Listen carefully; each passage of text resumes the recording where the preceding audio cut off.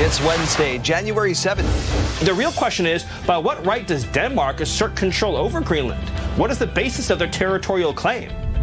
The White House is doubling down on its desire to take over Greenland. This as Denmark looks to shore up support from its allies. Two of the services that we are not able to deliver is our shower program and our laundry program, because this building is not set up for that. Saskatoon Salvation Army temporary warming shelter opened the doors during daytime hours for the first time Monday. This is not an isolated incident. This is in every community in Saskatchewan and in Canada. And there just is not supports, and we're failing people and animals.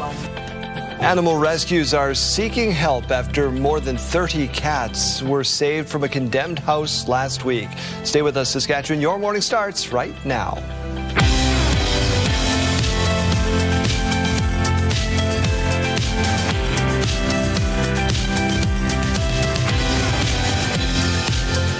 Welcome to Your Morning Saskatchewan. I'm Daryl. And I'm Kayleen. Good morning. Happy Wednesday. Happy Wednesday indeed. Have you figured out what day it is?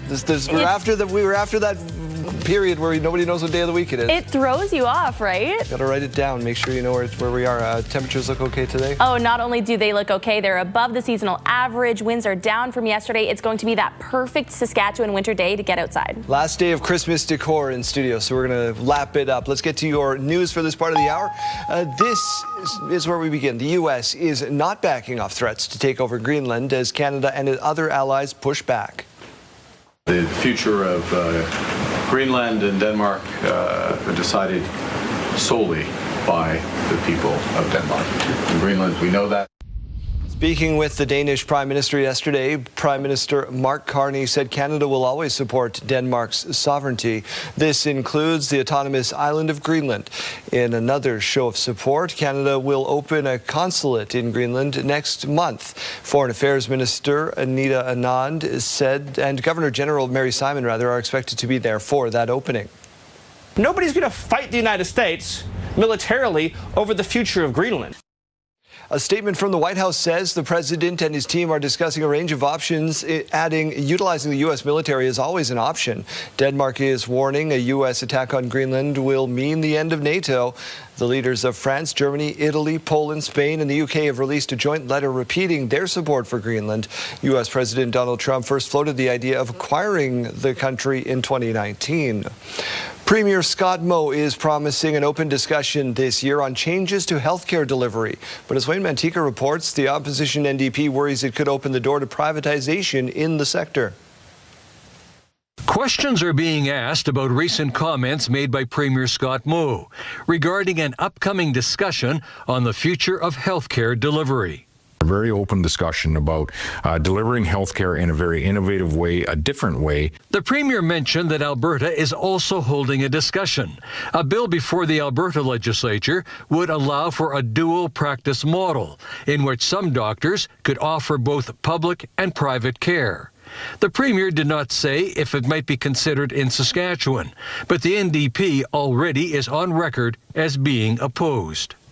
My message to Scott Moe and the Sask Party, if you really think that you are going to dismantle and destroy public health care in the birthplace of Medicare, you better be ready for a fight. In a written statement, the government said the lost and reckless NDP say new ideas are needed in healthcare, but reject new ideas in healthcare. They can attempt to frame this any way they want, but the fact remains our government will continue to pursue innovative approaches. The government statement offered little insight into what changes may be coming to healthcare delivery in Saskatchewan, only that there will be a full discussion during the course of this year. Wayne Mantika, CTV News, Regina. We are continuing to hear stories from Western Canadians dealing with missing luggage on WestJet flights. One couple from Winnipeg says half their luggage never arrived at their honeymoon in Puerto Vallarta on January 3rd. The same destination as that Regina flight that encountered similar problems. WestJet attributed baggage mishaps on the Regina flight to the volume of luggage, the plane's maximum weight, and runway conditions at the time. For travelers who find themselves in similar situations, air passenger rights advocates say it's the airline's obligation to deliver bags directly to its passengers. You cannot be forced as a passenger to go to the airport at your own expense, and until such time as the airline fulfills its obligation to put your bag into your hands, they continue to remain liable for your interim expenses, up to approximately $3,000 per passenger. Okay, so CTV News has reached out to WestJet for additional comment on issues in Winnipeg, but did not receive a response as of now. 2 men convicted of manslaughter and aggravated assault more than 3 years ago will learn their fate at the end of the month. In August 2022, James Swift was stabbed to death on the outskirts of Saskatoon. Ashton Ritzand and Colton Lichka were charged with second-degree murder, but after their trial earlier this year, they were instead convicted of manslaughter and aggravated assault. The Crown argued for sentences of 10 to 12 years, while the defense argued for a sentence of 4 years for Lichka and a total of 7 for Ritzland. We have this range that courts have recognized. There can be an infinite variety of circumstances that are involved in a manslaughter conviction, but in this case, our clients were not the stabbers. The judge will sentence both men at the end of the month. Now to Texas and the former officer on trial accused of failing to protect children during the Uvalde, Texas school massacre. Hannah Battah reports. Nearly 4 years after 19 children and 2 teachers were killed at Robb Elementary in Uvalde, Texas, the trial of a former school police officer is now underway. Adrian Gonzalez faces multiple counts of child endangerment, accused of neglecting his duty to protect the students during the chaotic response to the shooting. Get inside! Despite hundreds of officers on the scene, law enforcement took 77 minutes to confront the gunman. Prosecutors say Gonzalez failed to act even after a teacher warned him where the gunman was. He gets on the radio and says, shots are fired, he's wearing black, he's in the parking lot. He knows where he is, but Adrian Gonzalez remains. The defense says Gonzalez is being scapegoated, arguing he was one of the first officers to enter the school and that he evacuated children as other police arrived. The government wants to make it seem like he just sat there, you know. He didn't just sit there. He did what he could with what he knew at the time. Teacher Stephanie Hale testified her students ran from the playground to the school building to find shelter and armed themselves with scissors. What was the plan? Do what we had to do, defend, keep quiet, wait until somebody came to get us. But the defense says Hale's account of where she saw the shooter changed from her earlier statements, a key detail in this case which they say was not disclosed to them in advance. Now the judge is considering a possible mistrial. Hannah Battah, ABC News, New York. Cost of putting food on the table continues to rise. Year-over-year grocery store prices are up 3.5% in Saskatchewan, slightly above the national average. The Statistics Canada report shows roasted coffee had the largest price spike along with fish, meats, and fruit. Food experts say interprovincial trade barriers continue to have a direct impact on the cost of transporting food. Capital City Kitchen is officially open at Regina's City Hall. Rather than a traditional ribbon cutting, Mayor Chad Buczynski and the restaurant team celebrated a grand opening with a brisket cutting. The new cafeteria will feature products from local producers, including a local coffee roaster, soft drinks, and buns. Capital City Kitchen also plans to launch a pay-it-forward meal coin where customers can buy a $20 token to donate to someone in need in the community. This apartment in Quebec has been nicknamed the Ice Castle. Why? Well, Take a look. This is the apartment in Trois-Rivières. A tenant turned the heat off and left the property. The owner of the building assumed they were trying to cut costs while being out of town, but the frigid temperatures caused the pipe to burst. Oh my goodness, look at that. Water poured in, froze. The ice is about 30 centimeters thick on the kitchen floor. The tenant has not been paying rent for more than 6 months, they found out, and was evicted on Monday. The owner of the building says they're going to have to strip, dry, and rebuild, and what is covered by insurance. Yikes. Prince Albert Raiders made a massive splash on the trade front yesterday. The team acquired forward Braden Coots from the Seattle Thunderbirds along with a 2nd, 4th, and 6th round pick in exchange for Ethan Biveau, Knox Burton, Trip Fisher, Diego Gutierrez, a pair of 1st round picks, a 2nd and a 3rd rounder. Massive 12-piece deal. Coots is a 1st round pick of the Vancouver Canucks. He's got 23 points in 17 games this season, and he just won bronze with Team Canada at the World Juniors. Raiders GM Curtis Hunt will join us on the program at 8:40 this morning to discuss this massive deal. Let's turn our attention to the weather picture. My goodness, it felt really nice out yesterday. Yeah, it felt nice yesterday, and we're actually getting a little nicer today. You often hear me in the weather center here saying we can't have it all. Well, today proves it. We're seeing nice temperatures above the seasonal average. We will be seeing low wind speeds, and we don't have any significant systems on the way bringing a lot of flurries. So we're going to show you the small amounts that we have on the way in just a moment. Let's talk about some current temperatures right here in Regina. We're waking up to -7. Clear skies right now. Some winds coming in at 15 kilometers per hour. In Saskatoon, -16. We have a few more clouds there. That trend is going to continue into our afternoon of seeing a bit more of those clouds throughout the central zone. Winds coming in right now at 9 kilometers per hour, so very calm to start the day. The futurecast not showing a whole lot. This is the morning for you, so you can see that cloud that's concentrating right over top of Saskatoon and then down through the Parkland region right around Yorkton there. Into the afternoon today, we do see some very light flurries. It's a small system in areas surrounding Swift Current there. So yes, some areas down in the southwest going to be seeing a little bit of flurries. Don't be too concerned about it, even into your evening hours there. As you can see, the last little bit of purple there. It's not going to be bringing all too much. The clouds going to be gaining a little bit into the afternoon and then going away overnight for areas down in the south. Still seeing some of those clouds in the central zone and northern zone, of course. And then into Thursday and Friday, still seeing some of those flurries up north. Friday in the morning, about 10:45 a.m. right now, we are seeing some more flurries impacting areas around Yorkton as well. Let's turn our attention over to those current temperatures now. These are looking warmer than what we saw yesterday. -17 in Buffalo Narrows, -21 in Prince Albert. But if you remember yesterday at this time, we were at about -31. So things have improved. -17 in Hudson Bay right now. Down towards the south, we're seeing some more of those blue colors. So yes, indicating we're seeing some more warmth. -3 in Weyburn, -3 in Estevan, and -5 in Assiniboia. Later on this afternoon, again, seeing some really nice temperatures. 0 degrees for both Weyburn and Estevan, a mix of sun and cloud. -1 for Swift Current and Moose Jaw. A little bit cooler, of course, through the central zones there. Saskatoon, -9. Battleford's -11. Prince Albert sharing that temperature of -11. Regina peaking at -2, though, this afternoon. That's very similar to what we saw yesterday. -8 tomorrow, -10 on Friday, and then looking forward to Sunday, where we reach 0 degrees for Regina. In Saskatoon, -11 tomorrow, -12 on Friday. But we are going to be getting up to -1 on Sunday.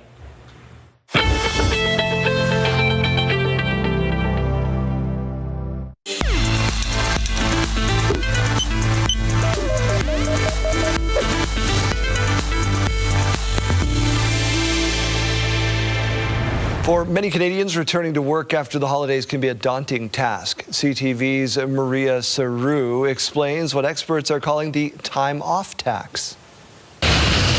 Office doors swing open and supply boxes are carried in. For some workers, this first week back on the job isn't exactly slow and steady. It feels like there's a sprint when we return to work. According to the newest numbers from ADP Canada's Happiness at Work Index, just under a third of employees took all their vacation time in 2025. And those who did take a week off reported spending nearly 17 extra hours on average prepping or catching up.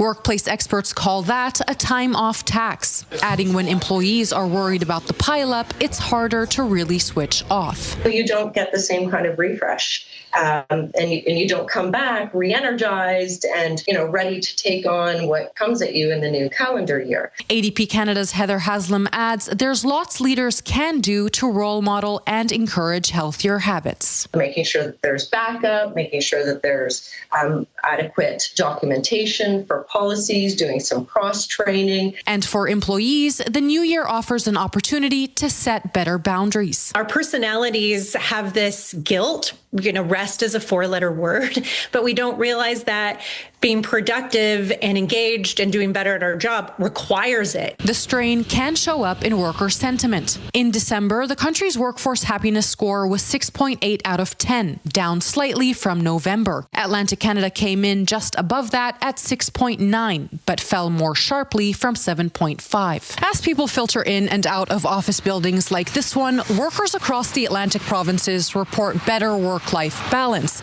but they can carry a heavier time-off tax. So the advice from experts this week is to ramp up rather than race. Maria Saru, CTV News, Charlottetown.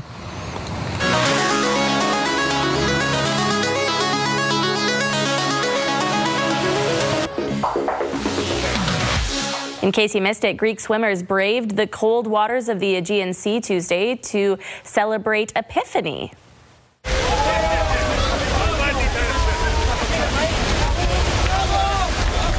Some of the swimmers carried out a custom of diving into the sea to capture a cross tossed by priests as part of a blessing of the water ceremony. It's meant to commemorate the baptism of Jesus by John the Baptist. This year it was found by a 21-year-old student the first time he was able to catch the cross. I was all worried because it's January. How cold is it right now? It's 18 degrees. Well, yeah. So this is a nice, decent. Yeah, this is a nice, decent day. Yeah. It's like, man, those Speedos got to be cold. They braved the cold. Braved the cold. 18 They're so brave. degrees.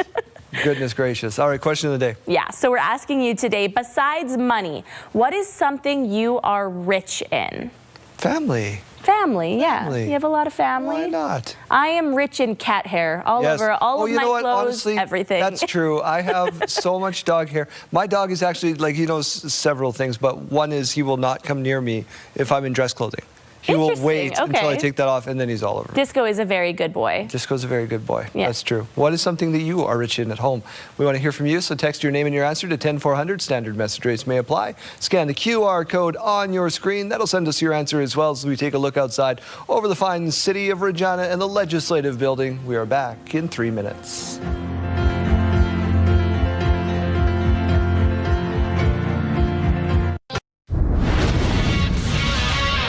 Hi, everyone. Mark Rowe inside the Sports Center newsroom with your must-see moment from Tuesday in 4. We head to oil country as the Predators were taking on the Oilers first period. It's Connor McDavid doing McDavid things. First, he dances around Ryan O'Reilly, then undresses UC Saros for the goal.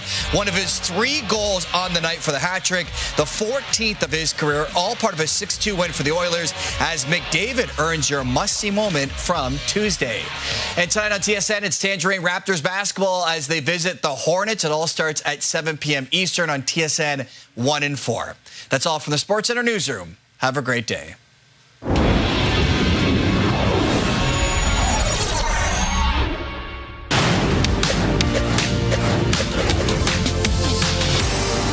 My follower count is climbing faster than my battery percentage drops. Meet the newest members of the household, from talking robots. Basically, I am the multitasker your phone wishes it could be. To talking appliances that will cook your food with just the command of your voice. Hey, air fryer, cook chicken nuggets. Baking frozen chicken nuggets. 390 degrees. My kids don't listen to me, but this does. This is a robot that will actually do your laundry for you. It will not only put clothes into the wash machine and set it, it will also take them out and put it into the dryer. I mean, what? AI companions are designed to feel lifelike, emotional, and responsive. 2, 1, cheers. Some look like pets, robotic dogs that recognize voices, respond to touch. This isn't novelty tech anymore. It's companionship by design. Let's go talk about in the middle of the desert. I mean, when in Vegas, right? Now we have a system called AutoCaptain that will actually just, at the press of a button, dock the boat for you, and this system simulates it. This year's CES floor is packed with AI designed to make your life, well, easier. Here, wireless TV, it's only 9 millimeters thick. Look at that. It's easy. It's called wallpaper TV. That was so cool. Let's go see more. This is new technology here using red light, which is all the rage. So as you're drying your hair, it's detecting the health of your scalp. Oh my God, there's a robot that will even play chess with you.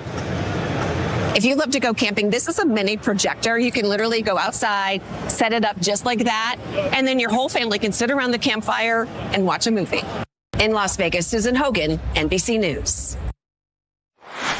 Your school day forecast is brought to you by CAA School Safety Patrol, working together to keep our school zones safe. If you're heading out to catch the bus in Regina, we're at -7 right now. Winds are fairly low to start the day. By lunchtime, -4. And by final bell, that nice daytime high of -2, far above that seasonal average today. We are expecting to see that mix of sun and cloud carry us into the afternoon hours. In Saskatoon, -16 right now. If you're heading out the door by lunchtime, warming up to -10.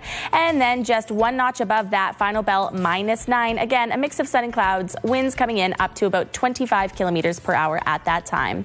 As we go to break, here's a look at your gas prices for the day. In Regina, the common price $1.15.9. The lowest you might find $1.02.9. In Saskatoon, the common price this morning starting at $1.13.9. The lowest you might find $1.06.9. Over to the farm markets now, where we find the street price of canola opening the day at $556.42 per ton, and the futures price at $613.90 per ton. Amber Durham wheat now sits at $274.92 per ton, and red spring wheat at $246.94 per ton. And the Canadian dollar once again trading down. It's now at 72.52 cents US. Coming up in about 15 minutes, we'll get the 2026 outlook from the president of SUMA. Stay with us.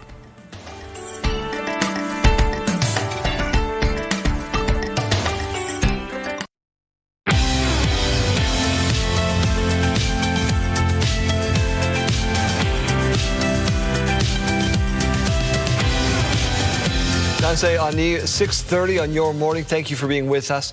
Canada has co-signed a pact to offer support for Ukraine if a peace deal is made with Russia. Following a ceasefire, the UK and France will establish military hubs across Ukraine and build protected facilities for weapons and military equipment to support Ukraine's defensive needs.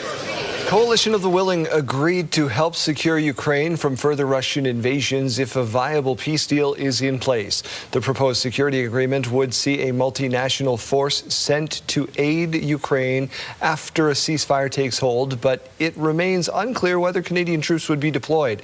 The Prime Minister reiterated that the final elements of that need to be negotiated between the U.S., Ukraine, and Russia. Venezuela's Interior Minister is vowing revenge against the U.S. for the capture and arrest of Nicolas Maduro. This morning reports that the country's government and armed militias are cracking down on dissent as they try to hold on to power. Christiane Cordero reports. This morning, as questions mount about the future of Venezuela, a source tells ABC News the U.S. has set 2 conditions the interim government must meet: cut economic ties with Russia, China, and Iran, and partner exclusively with the U.S. in oil production. President Trump announcing Venezuela will turn over 30 to 50 million barrels of sanctioned oil as he extends his demands. My question is, or else what? What else is the United States threatening to do, and what actions are they taking? Trump vows the oil will be sold at market rate to, quote, benefit the people of Venezuela and the United States, as he steers some focus to his renewed threat to take over Greenland, a territory that is part of Denmark, a NATO ally. We need Greenland from a national security situation. It's so strategic. Right now, Greenland is covered with Russian and Chinese ships all over the place. The White House is even floating using the U.S. military, drawing condemnation from major European powers and concern from some members of Congress. Look, no, I don't think that's perfect. Leaders from both Denmark and Greenland are pushing back on Trump's demands, now requesting a meeting with Secretary of State Marco Rubio. Christiane Cordero, ABC News, Washington. Salvation Army's temporary warming center in Prince Albert opened the doors during daytime hours for the first time Monday. On Friday, the Salvation Army moved into the Union Center next to the Legion and began providing services, including its overnight warming center, adding the daytime hours on Monday.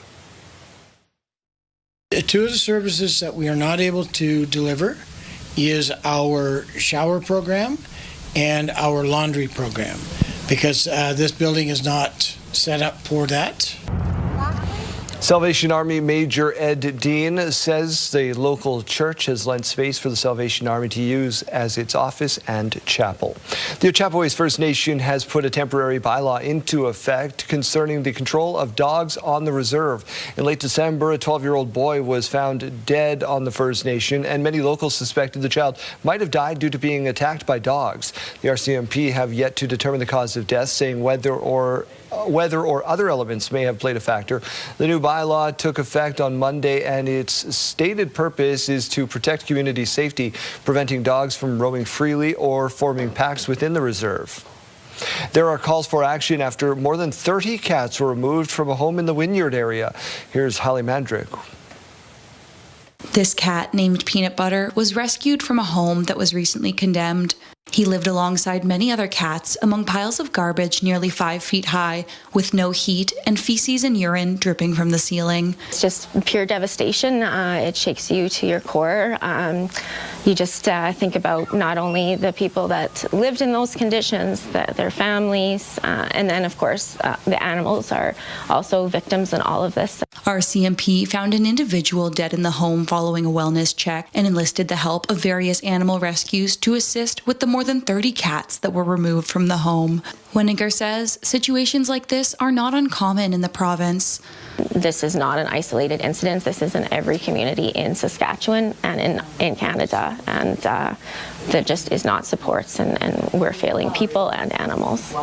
While the province provides funding for a handful of animal welfare organizations, Weniger says most of the rescues, which help share the workload, are completely reliant on donations and volunteers, and they're stretched thin trying to keep up with the demand. Adding that recent cuts to animal welfare in the 2026 provincial budget will not help matters. Animal control is always playing catch up. They don't have resources to keep animals that are brought into care for any length of time. There's a lot of humane euthanasia happening because there just aren't places for these animals to go. In a statement to CTV, the province said, quote, "We have funded animal welfare enforcement in the province and will continue to do so. The proposed budget of $1.6 million reflects funding to continue fully supporting enforcement under a new provider. While many cats like Peanut Butter were able to receive medical care, there are countless others still hiding in the home." In the meantime, SOS Prairie Rescue and SCAT are seeking foster families and donations in order to help with the growing number of cats being rescued from the home. Anyone looking to help can find more information online. Hallie Mandrick, CTV News, Saskatoon. There's shock and sadness in a small town in Nova Scotia with a young boy dying after being attacked by dogs over the weekend. This happened in Shelburne County on Saturday. The 13-year-old boy was riding his bike when police say he was attacked by 3 large dogs. The boy was rushed to hospital in Halifax. Officials say he has since died of his injuries. An investigation into what happened is now underway. The dogs involved in the attack have been euthanized. This backyard rink takes DIY to the next level. So it's everyone's true dream. In between periods, this miniature Zamboni came and did the rink. Chris Flynn is a CFL Hall of Fame quarterback, but his passion now is making ice rinks. He's done this every winter for a decade. This one is in Long Lake in Quebec. This year's star of the show is the homemade Zamboni on the screen. He built it with the help from his neighbor using an old lawnmower. The Zamboni comes out between periods in pickup games, giving players a real arena experience. Pretty cool. The Jays have introduced their latest free agent signing. Hello everyone. My name is Kazuma Okamoto. I am very happy to join Blue Jays. Kazuma Okamoto is one of the biggest sluggers in Japan. He signed with the Jays on a 4-year, $60 million U.S. deal. The Jays have been on a shopping spree this offseason, handing out more than $330 million in contracts, or roughly half of what Kayleen Sawatsky is worth to us here Oh, in don't Saskatchewan. flatter me. I'm going to blush. You're welcome. You're rich in compliments, but not in cash. Yeah, unfortunately. Hey, that's the life, right? Okay, let's turn our attention over to the Weather Center. We are talking about some really idyllic conditions today. It's going to be a great day to get outside, enjoy winter in Saskatchewan. You don't have to stay inside all winter. There are a few days where we get some nice temperatures. Let's talk about some hot and cold spots, though. Weyburn right now, our hot spot, you're at minus 2.5. In Island Falls, we're at minus 24.6. That is our cold spot in the province this morning. How does that compare across the country? Well, Canada's hot spot, Race Rocks, BC, 7.5 degrees right now. And Canada's cold spot, Little Chicago, Northwest Territories, once again taking that cold spot title for the second day in a row right now at minus 47.3. Let's take a look at this radar and satellite, though. It's pretty unremarkable. Not a lot to talk about. You do see a few little blips on the radar where we saw some very light flurries yesterday. Other than that, not a lot, just a little bit of cloud cover. We're talking about pretty similar conditions today. You see some more cloud cover around areas in Saskatoon, Yorkton, a little bit down through Regina. The cloud cover going to be increasing slightly into the afternoon hours. We do see some more snow popping up down in the south, right around Swift Current in the later parts of the afternoon. This is at about 6:15 on your screen right now. It's going to continue on until about 9:45. There you can see just south of Swift Current, and then it is going to disappear as we make our way into tomorrow morning. We do see a little bit more of those flurries up north tomorrow afternoon, and then we're looking forward to Friday, where we see a little bit of those flurries, as you can see down in the south. Regina going to be seeing some in the overnight hours and into early Friday morning. Other than that, we're not really seeing a lot of snow in the afternoons in the 7-day forecast. Also seeing some more of those flurries up north, as you can see. And then into the later parts of the morning, Yorkton will be seeing some of those flurries on Friday morning.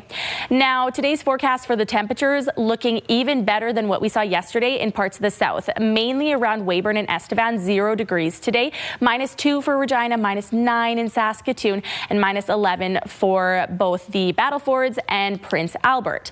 Now, the wind chill not really going to be impacting you today. You see a lot more blue on the screen today than what we saw yesterday. That is indicating warmer temperatures today. Really nice to see.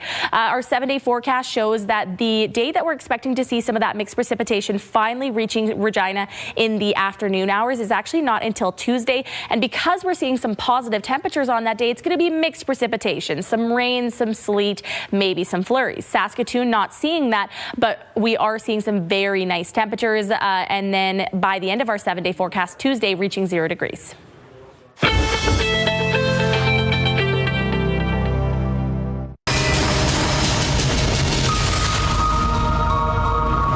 This week in business, we focus in on the Saskatchewan Urban Municipalities Association and welcome in the president of that fine organization, Randy Golden, from Yorkton this morning. Randy, thank you for doing this.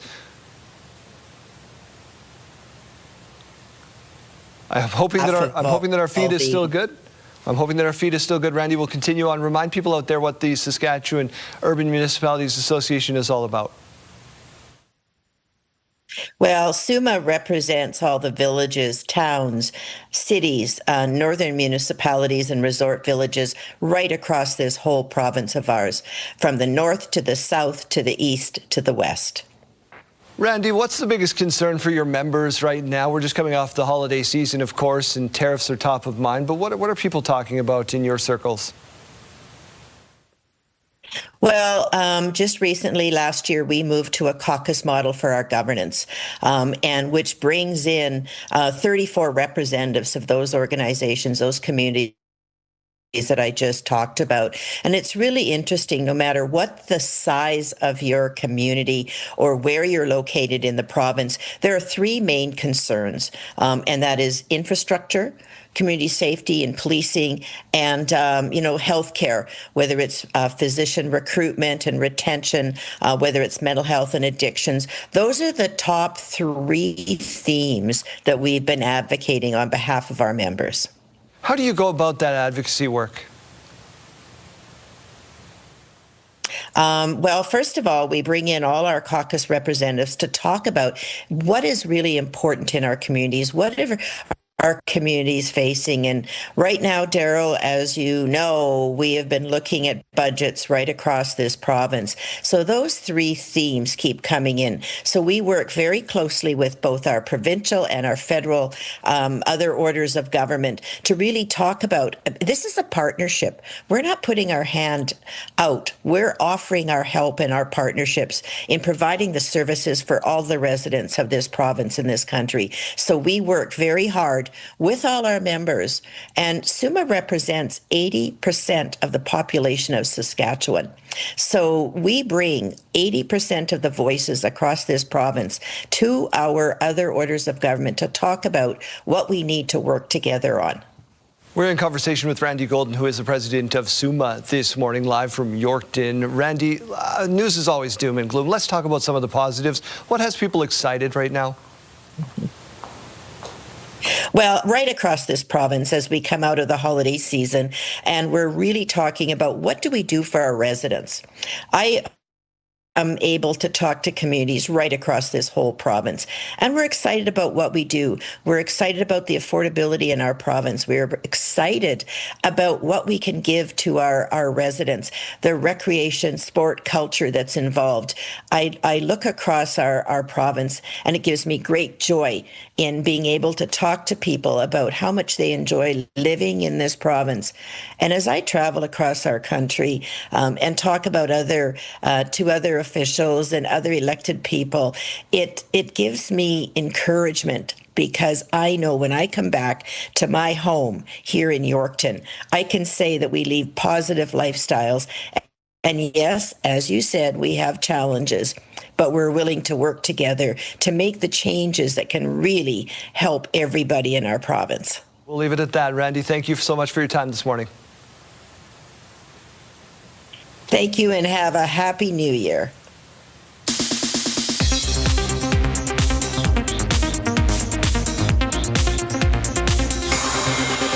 This is not over.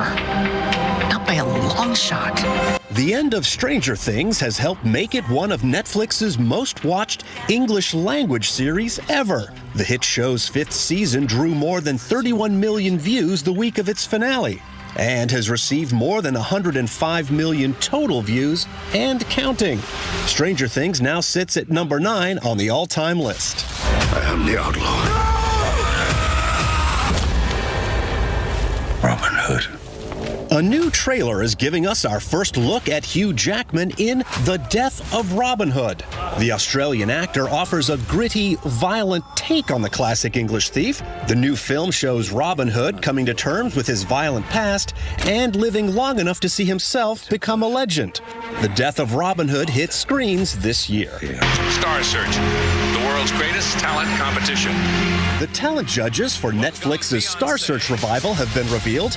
Jelly Roll, Sarah Michelle Gellar, and Chrissy Teigen are joining the reboot. The 5-week competition kicks off January 20th and will feature new episodes Tuesdays and Wednesdays. In Hollywood, I'm Douglas Hyde.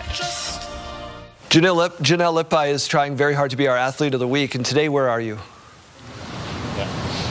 Today I am down at New Line Boxing. I'm very excited for this one. Lots of fun ahead of us, and I've got Moses here with me. Now, Moses, you have been with New Line Boxing for 20 years. I really want to emphasize the changes that you've seen, the evolution that you've seen over those 20 years. Tell me a bit about that. Well, it's been an exciting journey, to say the least. Started a boxing club in 2006, actually 2005, but it officially opened here at 1233 in 2006, and it's been a very exciting journey ever since then. So we're very, very excited to celebrate 20 years in the business.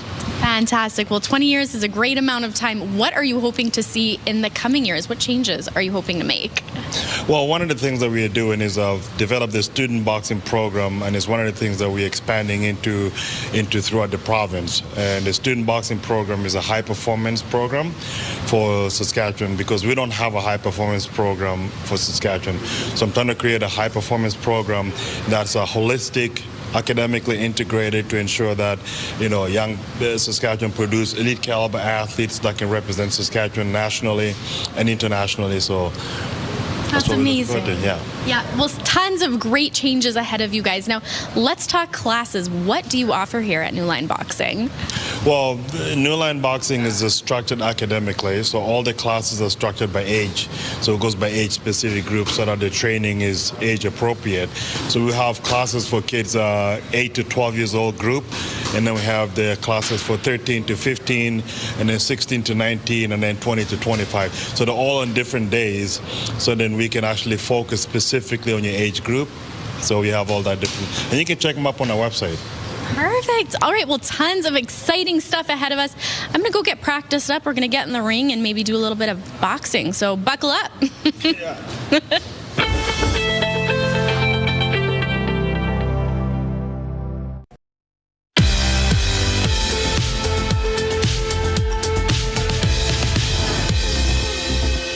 January 7th, and we have this milestone to share with you. We're sending a huge happy birthday out to Grayson for his special day today. We hope it's your best birthday yet, with lots of love from your friends and family. Enjoy. If you have a milestone coming up, send us an email to yourmorningsaskatchewan@ctv.ca, or you can simply scan that QR code on your screen. Please send those in at least one day in advance. Milestones, brought to you by Harbor Landing Village, an award-winning senior care and living community in Regina. About that time, we ask what's going on the radio dial. Chase, good morning. Good morning. We're asking today, what have you lost in the snow? You can text over to 54321. We're getting some good ones. Dog boots, AirPods have been out there. One person lost a wedding ring during a snowball fight. That's what you get for being a lefty, I guess. It flew off their hand. Did find it in the spring, though, so that was some good news there. And it's all teeing up for a story of an engagement that started off with good intentions, but the ring dropped off of a bridge and 118 feet down it went. They actually did find it. We'll get you the details of that on the way here this morning. But what did you lose in the snow? You can text in to 54321. Yikes. I haven't lost anything in the snow, thank goodness. Thanks for this, Chase. We'll see you again in an hour. You just jinxed it. You will lose something by the end of the day. Yeah, bye-bye to this.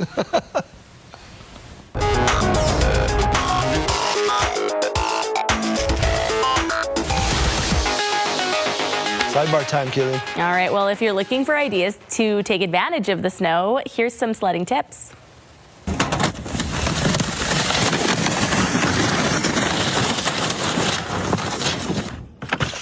Ouch! This guy trying out all his household items as a sledding option, from baking sheets to laundry baskets to an air mattress. The list goes on and on. As you can see, yeah, not all items are created equal when it comes to sliding down the hill. Why would you ever do that? Yeah. Oh, the boys are feeling that one. It's best to just stick with the tried and true sled. Maybe. Although luggage seems like it's fun. It's fun, but it's just an injury waiting to happen. Yeah, well, do it for the gram, right? Here's a dad who will never take out the trash again. Oh, my God. Oh, I love that. There's the tot just hiding in the trash. Boo! Okay, I had to watch it the second time because I was like, hey, wait, how did she hide in it and pop out like that? Wow. Gotcha.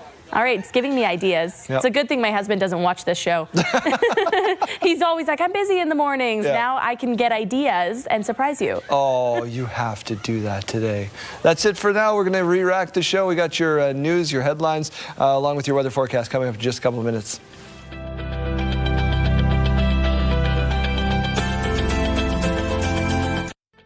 Welcome to Wednesday, January 7th. Our main objective is to finalize the security guarantees. Canada has co-signed a pact to support Ukraine if a peace deal is reached with Russia.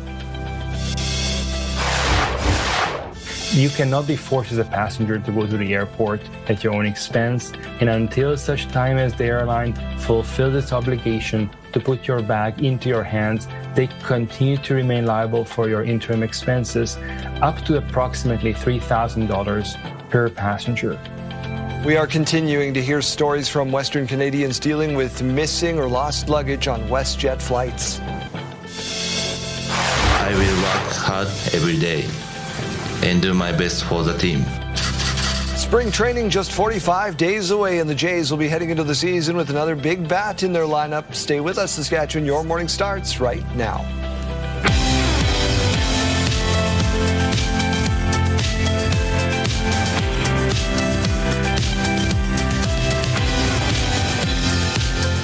Welcome to Your Morning Saskatchewan. I'm Daryl. And I'm Keeleen. Good morning. Do you know what the Jays made on that playoff run? No, I don't. $100 million. Wow. Okay, that's not some pocket change. So they got some money to spend, but they've been spending it. $330 million on free agents. Okay. All right. That's big money. And you weren't called up? No. Not this year? No. I'm sure Janelle's going to try out. Yeah. She's been trying every sport. She's out live trying some boxing this morning. Can't wait for her to jump in the ring. She is our athlete of the year. I hope she wears a helmet. Let's get to your news. We'll come back to weather in just a moment.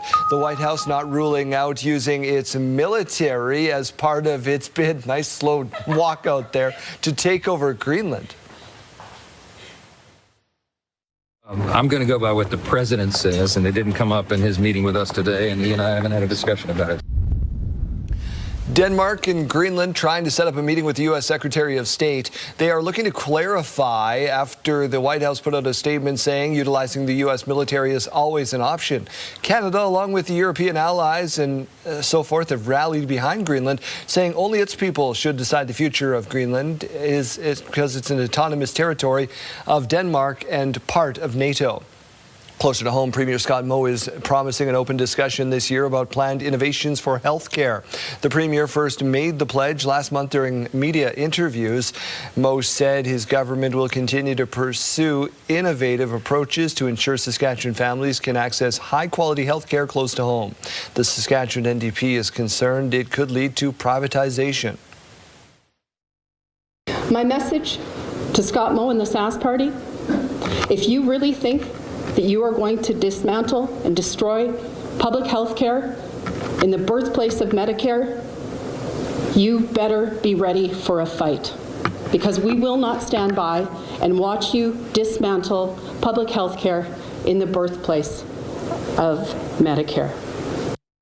The government struck back, accusing the NDP of wanting to cancel publicly funded, privately delivered healthcare programs already in place. An Alberta family is feeling less than impressed by their recent WestJet flight for another reason. It was shocking to get in there and then have my dad, who is 6'3", so he's tall, but not like abnormal human height, physically not be able to fit in the seat. Dad, can you just... Linda Schmidt posted this video of her parents with their knees squished up against their seats on a WestJet flight. They were on a flight between Edmonton and Toronto before continuing on to the Dominican Republic.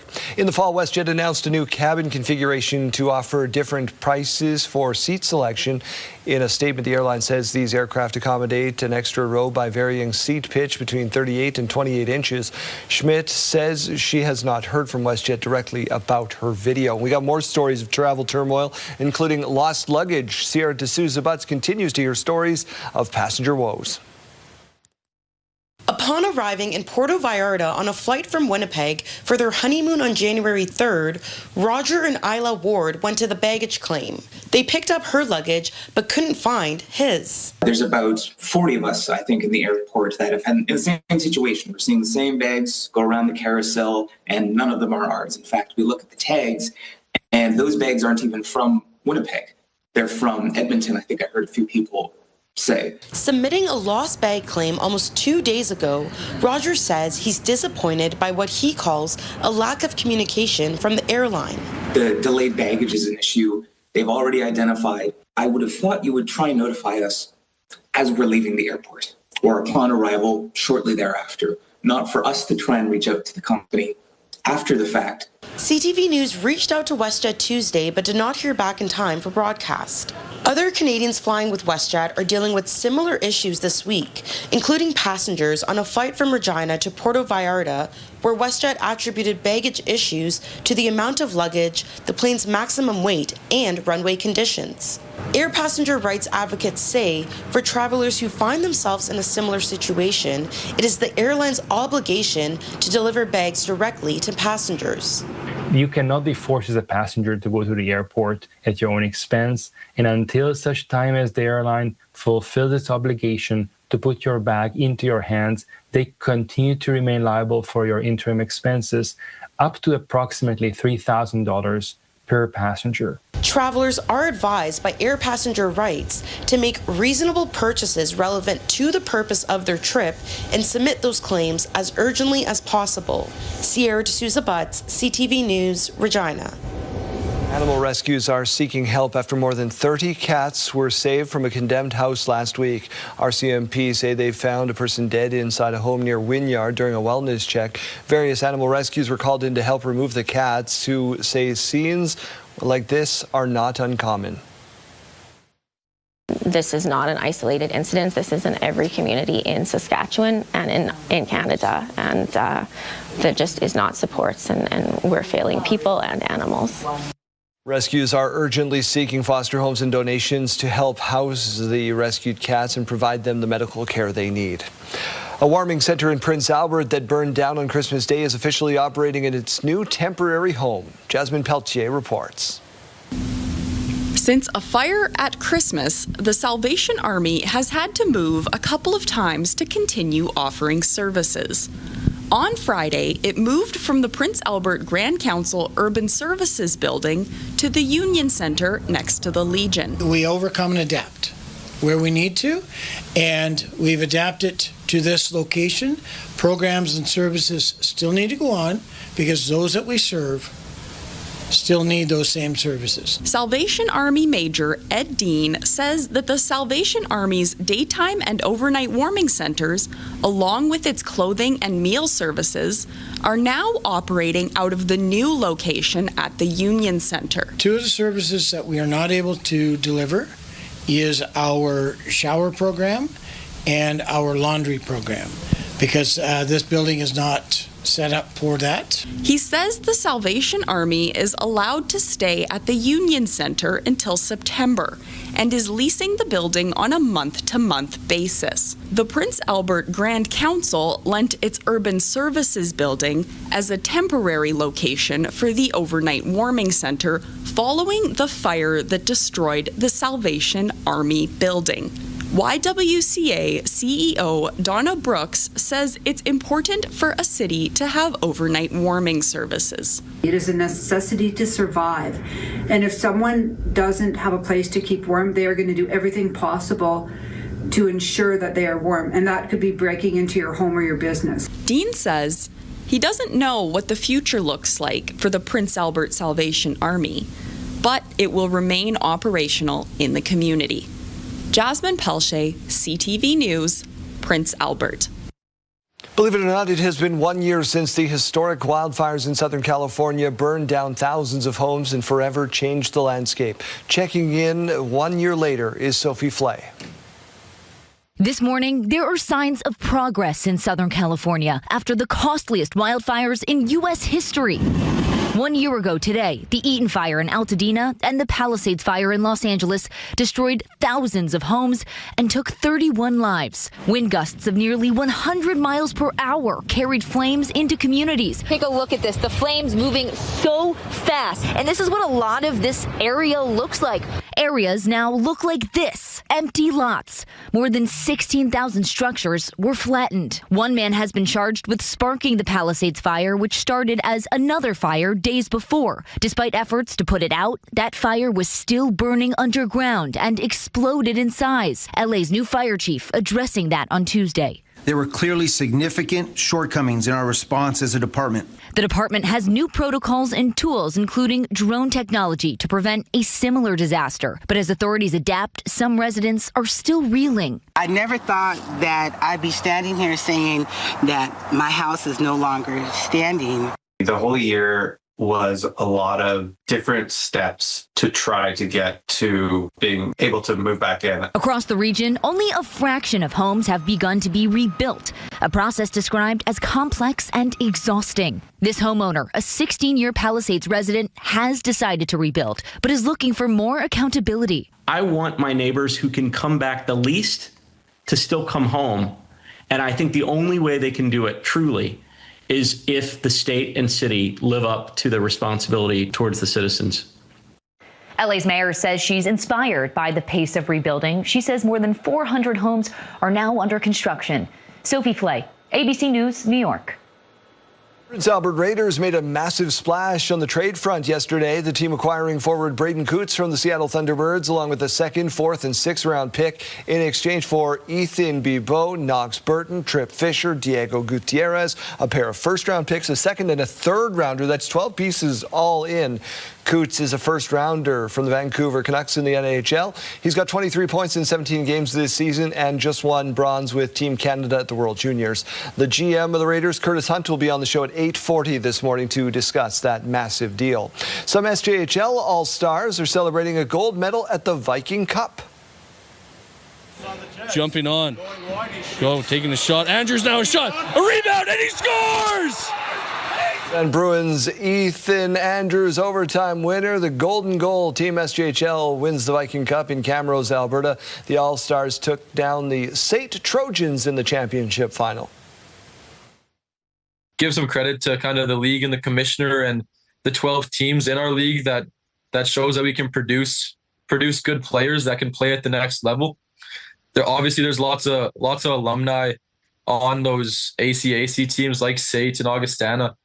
And I think it goes to show kind of that our development model is working and that we can produce top level talent as well. Team SJHL becomes the first team to win the Viking Cup in 20 years. The tournament renewed itself after a very long hiatus. It's been a long time since we've talked to Kayleen Sawatsky, so you go ahead. I'm just going to slowly just do one. There you go. You're never going to let me forget that, are you? Nope. All right. Well, the good news is I am bringing the good news in the Weather Center today. You often hear me saying we can't have it all here in Saskatchewan. Well, turns out you can. Typically, if it's not the cold temperatures, it's the wind. If it's not the wind, it's the snow. Well, today, really, really great conditions. We're seeing warm temperatures above the seasonal average. We're seeing lower wind gusts than what we saw yesterday, especially down in that southwest corner. And we don't have a large weather system all the way. We do have just a little bit of snow, and I'm going to show you where in just a moment here. Let's talk about some current temperatures, though, in the major cities. Regina starting the day at -10. We do have some clear skies right now. Some more clouds going to be coming through the afternoon, but enjoy the clear skies while they last. Winds right now at 15 kilometers per hour in Regina, not going to be increasing all too much this afternoon. Saskatoon could be seeing them increase just up to about 25 kilometers per hour, so that's still barely anything. You're not really going to notice them. Right now in Saskatoon, we're at -15. A few more clouds, and that trend is going to continue into the afternoon. You can see that on our future cast here. Some more clouds around Saskatoon, down through Yorkton, even down through Estevan as well, and then increasing into the afternoon hours. Swift Current likely to be seeing some of those very light flurries in the surrounding area there around East End, Cypress, Maple Creek. Again, this is later in the afternoon, starts about 6 p.m., does continue into the early parts of the evening, and then clears overnight. We also have some flurries we're talking about way up north, but it's not really a large system. This is Friday about 5:30 a.m. that you're looking at on your screen, and that's when we could be seeing some overnight flurries around Regina, clearing for the afternoon though. And then later parts of the morning rather around Yorkton, going to be seeing some flurries. Again, that is on Friday.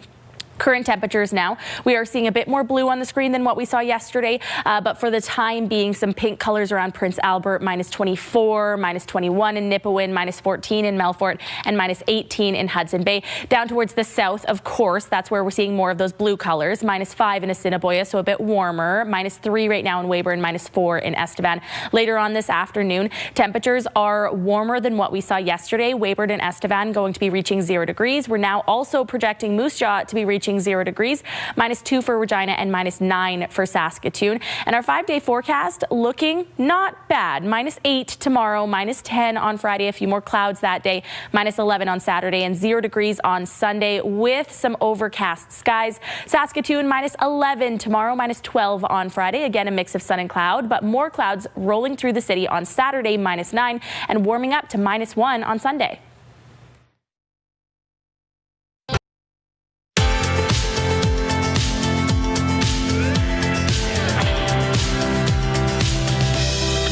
Time now for a look at your rural forecast. Today, temperatures are looking great and above the seasonal average. Spiritwood -6, Watrous -9, and Wynyard -8. The north and central zones expecting mainly a mix of sun and cloud, but way up north in Saskatchewan, we will be seeing some flurries later on this afternoon.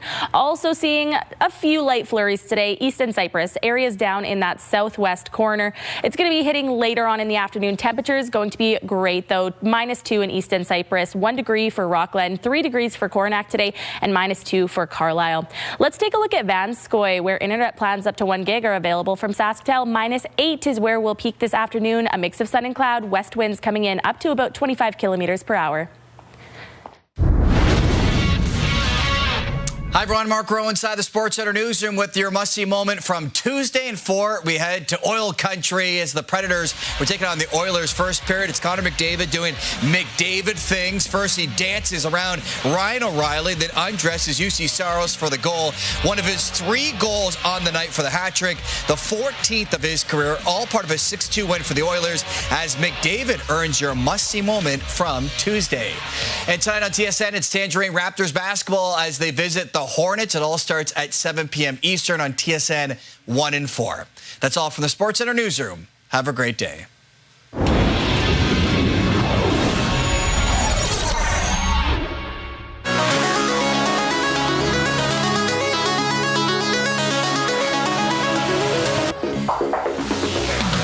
Got to check out this rescue donkey south of the border who will soon be a Guinness World Record holder. Why? Well, Hope the donkey has exceptionally long ears. Look at those. Those are antennas. More than 40 centimeters long. That should be a record, with the previous record being about 35 centimeters. Still paperwork to be filed to make it official, but pretty soon, Hope is going to have the longest, tallest ears of any donkey. Hope can hear colors. Wow. Wow. Colors. Those are some ears. Oh, let's hope Hope gets really good surround. Question of the day. Besides money, what is something you are rich in? Yeah, and I really love this question. It really makes you feel warm and fuzzy this morning. A couple great answers so far. We had Donna write in from beautiful Cowessess First Nation. Family and community, for sure. Rich in land as well. Donna says they've been there for almost 40 years, and her husband planted the trees. Heather also agreeing, rich in family. Agreed with you, yeah. Daryl. Donna's part of our family, too. She and her sister Denise came in one time, and they tried weather, and they visited the set and stuff like that. So we always appreciate Kukum Donna. Absolutely, but we want to hear from everybody in the province. If you're listening right now, text us your name and your answer to 10400. Standard message rates may apply, or you can scan that QR code on your screen. Let us know what you're rich in besides money, and we'll share those answers at 8:15.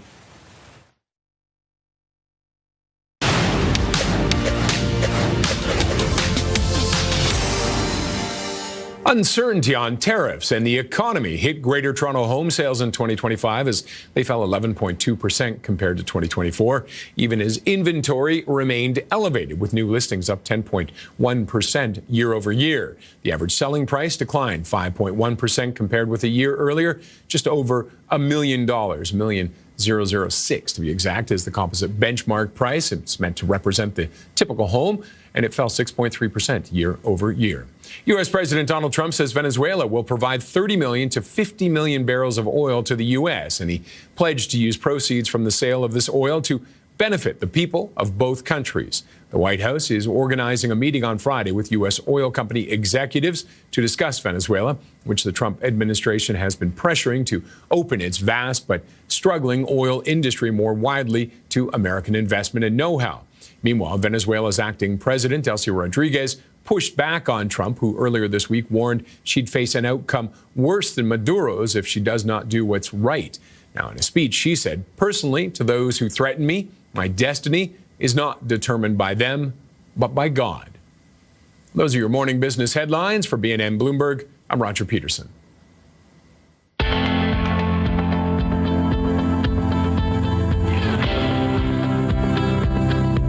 Favorite part of the show, it is your morning mystery. Whiteboards are ready. 3 clues for you at home. Play along with us. It is a classic collectible. Oh, no. Original was called Nodders or Wobblers. And the Guinness World Record for the largest one belongs to Ollie's Bargain Outlet, standing over 5 meters tall and weighing over 270 kilograms. Okay. Okay. Yeah, no, but I got it. I totally got it. I think I have it, but only because I think we spoke about these this morning. That's what I mean, yeah. I'm just going to take a shot. Sometimes these are related to the National Day calendar, which we peruse, so I'm going to guess bobbleheads. I'm going to guess bobblehead. What do we got? Bobbleheads! It is bobblehead. Look at us. Do you own any? I got like 3 on my desk. I do not own a single bobblehead. I've got Doug Flutie in an Argonauts jersey. I've got Jagger Furcus Moose Jaw Warriors and an Angel Blair Weather Angel bobblehead. Okay, but I've seen that one, and now I'm thinking, how can I get a bobblehead? She doesn't like it because it's in green, and she's like, no weather person can wear green and stand in front of green. She's too humble. If I had a bobblehead of myself, that would be my prized possession. I also have a Jeff Rogstad one floating around somewhere. That's your morning mystery. Studio consideration provided by Father's Furniture, specializing in quality Canadian-made furniture. Time now for a look at your school day forecast. It's brought to you by CAA School Safety Patrol, working together to keep our school zones safe.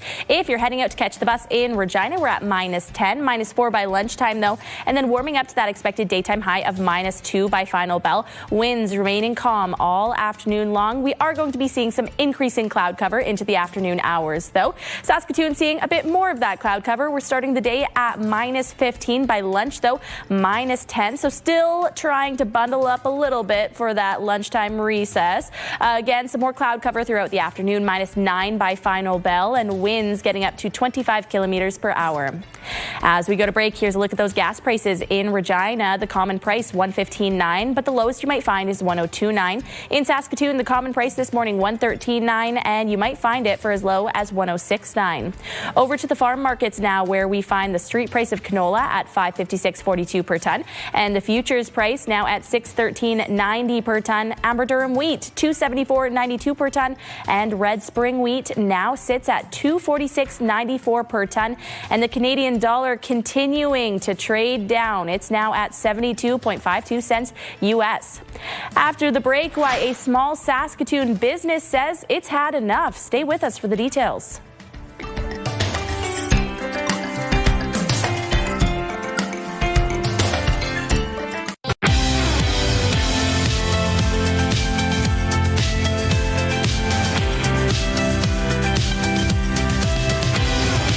Say good morning. Welcome to your morning. Let's get to your headlines. Canada signing a co-pact with offers of support for Ukraine if a peace deal with Russia is made.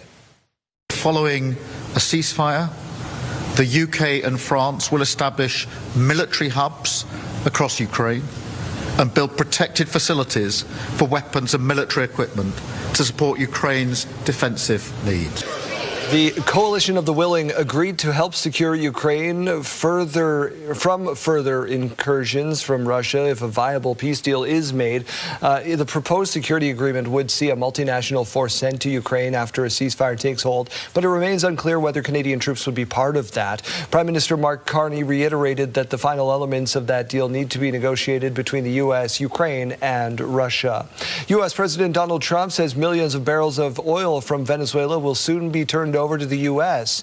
Donald Trump writing on social media that the oil will be sold at market value and the money, quote, will be controlled by me as President of the United States of America to ensure it is used to benefit the people of Venezuela and the United States, end quote. Trump's comments come after he said the U.S. oil industry would be up and running in Venezuela within 18 months. This also comes a day after Venezuela's Vice President Delcy Rodriguez was sworn in as interim president, with Nicolas Maduro being held in the U.S. set to face drug trafficking and weapons charges.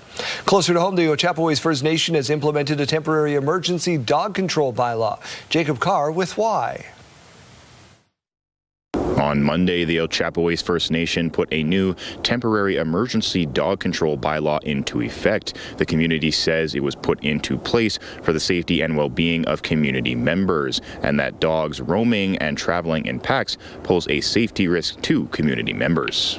This comes after a 12-year-old boy was found deceased on the First Nation in December. with some in the area at the time saying he might have been attacked by dogs, prompting RCMP to ask the public not to seek vigilante action against animals. Mounties later confirming the boy's death is not considered suspicious, saying weather or other elements may have played a factor. The Saskatchewan Coroner's Service was working to determine the cause of death. The new bylaw states that all dogs in the community must be secured, leashed, tied, fenced, or kept indoors when not at their owner's residence. Also, that dog owners are fully responsible for their dog's behavior, and they must ensure their dog does not threaten, chase, harass, or intimidate any person or animal. The bylaw authorizes community peacekeepers to capture and secure roaming dogs and take necessary action to protect public safety, and that reasonable efforts to identify owners will be made. Dogs found roaming or in packs can be impounded, and if not claimed within 24 hours, will be considered surrendered. If incidents are repeated, further action can be taken, including removal of the dog from the community. The statement says the bylaw reflects the community's values of respect, responsibility, and collective care, and that keeping dogs safe and controlled is part of looking after nation members and maintaining peace in the community. Jacob Carr, CTV News, Regina. Thank you. A small Saskatoon business has had enough of windows being smashed by vandals. That business is moving to eliminate the costly repairs. The Perfect Cup Cat Cafe has had its front window smashed just over a year ago, and within less than 2 weeks, a brand new repaired window was smashed again. Plywood now sits in place of the window, and the owner isn't replacing it again due to cost. She says she's raising money through a GoFundMe page to help pay for the down payment to move to First Avenue across from the Midtown Mall. She hopes more visibility will improve safety for the cats and staff, but her options are limited due to zoning regulations. But if somebody was to manage to punch it all the way through, then that opens a hole for cats to be able to leave. I'm hoping that they'd be smart enough to not do that. But, you know, we have some rambunctious cats in here that are like something new, and out they go, which I have nightmares about that sometimes. Saskatoon police reported incidents fewer reported of mischief in the downtown in 2025 compared to 2024. It says there are 284 complaints compared to 346 last year. Federal and provincial leaders will be in Manitoba today visiting a First Nation that's been crippled by a power outage and frozen water system. We want to see the infrastructure. They see firsthand the damages it's caused to the arena, to the youth center, to the water plant. The outage in the Cree Nation started December 28th, and communities declared a state of emergency shortly thereafter. Thousands of people have been forced from their homes with pipes bursting and sewage seeping in. Manitoba's Premier Wab Kinew, Federal Minister of Northern and Arctic Affairs Rebecca Chartrand, Assembly of First Nations National Chief Cindy Woodhouse will be in town to survey the damage today. The chief has been calling for deployment to the Canadian Armed Forces for emergency logistical support, including water delivery and sanitation work. Several businesses in the Calgary area have been forced to close and losing money due to that major water main break we've told you about. I think it's only fair that the city compensates. This is their problem that was overlooked for years. Stay tuned. I know for all of us as a council, we want to give much more than just moral support. The rupture of the feeder main near 16th Avenue triggered road closures, water restrictions, and boil water advisories across the city. It's left many businesses with unexpected losses and costs. Calgary's mayor is now advising City Council to examine how future projects are planned. That could include the possibility of setting aside money for future capital budgets to help businesses. It's unclear if that money means that the money would be provided to the businesses during current repairs, which could see on and off water restrictions and construction for the next 2 years. A woman has been charged after throwing a pylon, a traffic cone, from a high-rise in Calgary.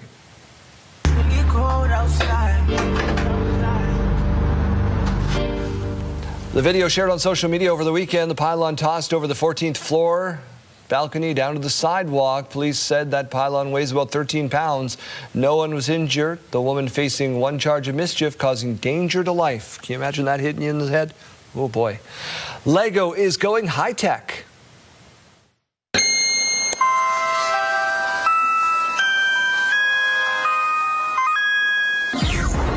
The Smart Brick has made its debut at the CES, the Consumer Electronics Show in Vegas. Well, what is it? Well, it's shaped like a regular brick with a bunch of sensors inside. Lego says it can respond to movement with sound and lights. One Smart Brick can also interact with another Smart Brick. Lego will release a new line of Star Wars sets that come with Smart Bricks that's due to come out in March. After 19 years of marriage, it's over for Nicole Kidman and Keith Urban officially. Kidman has filed for divorce in a Nashville court. Documents show the couple has undergone marital difficulties and irreconcilable differences. Both of them are from Australia, met in LA in 2005 and were married a year later. They have 2 teenage daughters. This was Urban's first marriage, Kidman's second. She was, of course, famously married to Tom Cruise from 1990 to 2001. Toronto Blue Jays introducing their latest free agent. Hello everyone, my name is Kazuma Okamoto. I am very happy to join Blue Jays. Kazuma Okamoto, man of few words. He was one of the biggest sluggers in Japan. He signed a big deal. It's a 4-year, $60 million US one. They've been on a shopping spree, Kayleen. They're spending. Well, why not? If you got it, flaunt it, right? They made $100 million on that playoff run. Might as well use a couple of dollars. What do you got in store for us? Well, I have some great news for you this morning. We're talking about awesome temperatures above the seasonal average. Still, winds even down from what we saw yesterday. Yes, we are going to be seeing just a few flurries in that southwest corner later on today. I'm going to show you that in just a moment. But let's start by talking about our hot and cold spots, not just here in Saskatchewan, but across the country. Our Saskatchewan hotspot, Coronach, this hour, minus 2.3. They just dethroned Weyburn. The Saskatchewan cold spot, Island Falls, minus 25.4 this hour. In Canada, the hot spot right now is in BC. That is Sisters Islets at 6.5 degrees. And Canada cold spot, Little Chicago still, Northwest Territories now at minus 47.2. Let's take a look at how that compares across Saskatchewan, though. So you are seeing a little bit more of those blue colors. That's the warmer colors, the pink areas where we're seeing the coldest temperatures. La Ronge right now, minus 24. Prince Albert, minus 24. So almost reaching that cold spot. Not quite there, though. Minus 14 in Melfort. Minus 18 in Hudson Bay. Down towards the south, a lot more of that blue color right around that American border. Minus 3 in Moose Jaw. Minus 3 in Weyburn. And minus 4 in Estevan this hour. Now let's talk about the afternoon, and things really are looking great out there. 0 degrees expected for Moose Jaw, Weyburn, and Estevan. Again, I want to remind you that the average for this time of year in southern Saskatchewan is about minus 10. So this is really good to see. Up through Saskatoon, minus 9. Prince Albert, minus 10. And the Battlefords, minus 12. Yorkton reaching minus 7 this afternoon. Futurecast not showing a whole lot other than some fluctuating levels of clouds this afternoon. We are seeing a few flurries on the screen. This is at about 6 o'clock. It starts on your screen. What you're looking at right now is about 7 o'clock. We see some flurries in areas between Prince Albert and Saskatoon, and of course down through areas near Swift Current. Continuing on near Swift Current until the later parts of the evening, and then overnight we'll see that start to disappear. We're talking about some more flurries on the way up north for areas in north of Prince Albert on Friday morning, and then through the later parts of the morning, we start to see it in areas around Yorkton. The 7-day forecast looking really good in terms of temperatures, though. Sunday is where we are going to see temperatures reaching 0 degrees in Regina. We're going to carry that through until Monday as well, and then even reaching the positive temperatures by Tuesday. In Saskatoon, we're seeing minus 1 on Sunday, minus 1 on Monday, and then 0 degrees by Tuesday.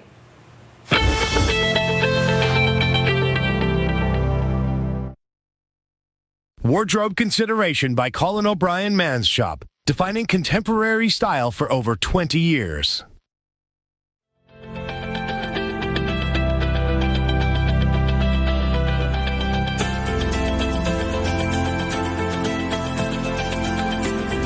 Last year was a busy one for Dark Hall, but 2026 has an exciting lineup that just may top it. Joining us now for details on what to expect is Megan McCormick. Welcome to the studio, and thank you for your time. No problem. Thanks for having me. So I was taking a look at the calendar this morning. It seems like January has a hot start to the year. Let's talk about what's to come. Yes, we're very busy. Dark Hall is busy almost every day of the week, and we have lots of rentals, lots of great activities, and then we have our Dark Hall Presents series that kicks off on January 29th with the McDades. So they're a Celtic family band with jazz, Celtic influences. They're going to be really fun. All right, looking forward past January. What are we looking forward to? So we have another local exciting show on Valentine's Day with Blake Berglund and Belle Plaine. So we're calling it Date Night at Dark Hall. We'll have lots of fun activities and for a girls' night or a date night. We're also ending our season with Delhi to Dublin. So they're a super fun party band with, again, Celtic, East Indian vibes, and we're going to have, again, lots of fun activities, and it'll be a great way to end our season on May 1st. So because there is so much on the calendar this year, it's hard to get to everything, but I do know as I was flipping through your calendar, there are some bigger names that people will recognize coming to Dark Hall this year. Can you shout out just a few of those? Yeah, we have lots of exciting rental events. We have some tribute shows for Dwight Yoakam and Blue Rodeo actually coming up in January, and then we have a Beatles show in June. Okay, so the Beatles show is actually where I was going to talk to you about next. Can you tell us what you know about that show? Sure. So they're a traveling show that's chosen to have their event at Dark Hall, and it's coming back. It's the Beatles Revisited. It's going to be a great night of Beatles music in a beautiful special space of Dark Hall. Megan, if people were to go to the website right now, they're going to look at the calendar, and the calendar online right now only goes until June. Can you give us a little bit of a teaser as to what we're going to see in the later parts of the year? We're rather quiet in the summer, as a lot of arts organizations are, but we will be announcing the 2026-2027 Dark Hall Presents series in May. So it'd be good to sign up for our newsletter or just pay attention to our social medias, and then we'll be able to announce everything that's from September on. Okay, so if someone's listening right now and they're thinking, I've never actually taken in a show at Dark Hall, what are your words of encouragement to check it out this year? Just show up. One of the things that's really important to us is to be a good price ticket. So we have, for our Dark Hall Present show, stuff starts at $30. So, you know, this time of year when money might be a bit tight post-Christmas, we want to be a place where you can just show up. It's very comfortable. We try to make it like a living room. We have a great bar with local options. And yeah, it's just, come check it out. Like, we're a bit of a hidden gem, which is great, and we love that, but we want more people to know how much of a gem we are. An affordable way to take in the arts if that's one of your New Year's resolutions, to welcome more of the local art scene this year. Well, Dark Hall is for you. You can head on over to their website for a full list of what's on the schedule. Capital City Kitchen is officially open in Regina's City Hall cafeteria. Rather than a traditional ribbon cutting yesterday, Mayor Chabashinsky and the restaurant team celebrated with a brisket cutting. Why not? The new cafeteria will feature products from local producers, including a local coffee roaster, soft drinks, and buns. Capital City Kitchen also has plans to pay it forward with a meal coin they've created, where customers can buy a $20 token. He's holding it in his hand right there, and that'll be donated to someone in need in the community. Quick time out. We're back right after this on Your Morning Saskatchewan. Here's what's happening in our community. The Club 66 Social Dance happens Friday, January 9th at 7:30 p.m. This is at the Regina 55 Plus Community Center, 2134 Winnipeg Street. Call 306-529-6381. A Malanka Supper and Dance happens January 10th at 5 p.m. at the Hazel Dell Recreation Center, 306-547-4284. If you'd like your event featured here, all you got to do is email us, reginacommunity@bellmedia.ca, at least 2 weeks in advance.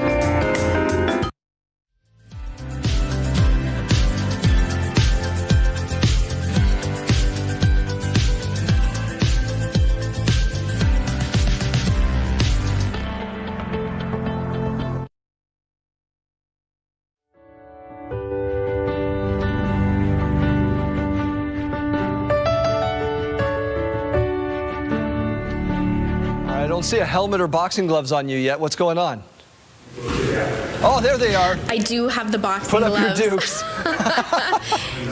You better believe I wouldn't miss an opportunity like this, Daryl. I am so excited, but before we get into some of these techniques, I've got Adam here with me. Now, let's talk a little bit. You own the Moose Jaw division. Tell me about that backstory. Yes, I do. Well, first of all, I started my journey in 2008 due to the passing of my father in 2007.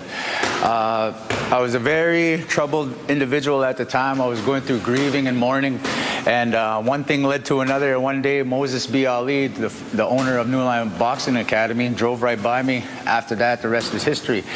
Over the coming years, I developed my skills, I developed my fundamentals of boxing, and got into a few matches, and then moved to Moose Jaw with my family at the time, and decided to open up a gym up there. That was one thing that was missing in the Moose Jaw community, so I took the opportunity to open one up. We gained a lot of traction gained a huge amount of members. We started with 7 members, now we're up to 20.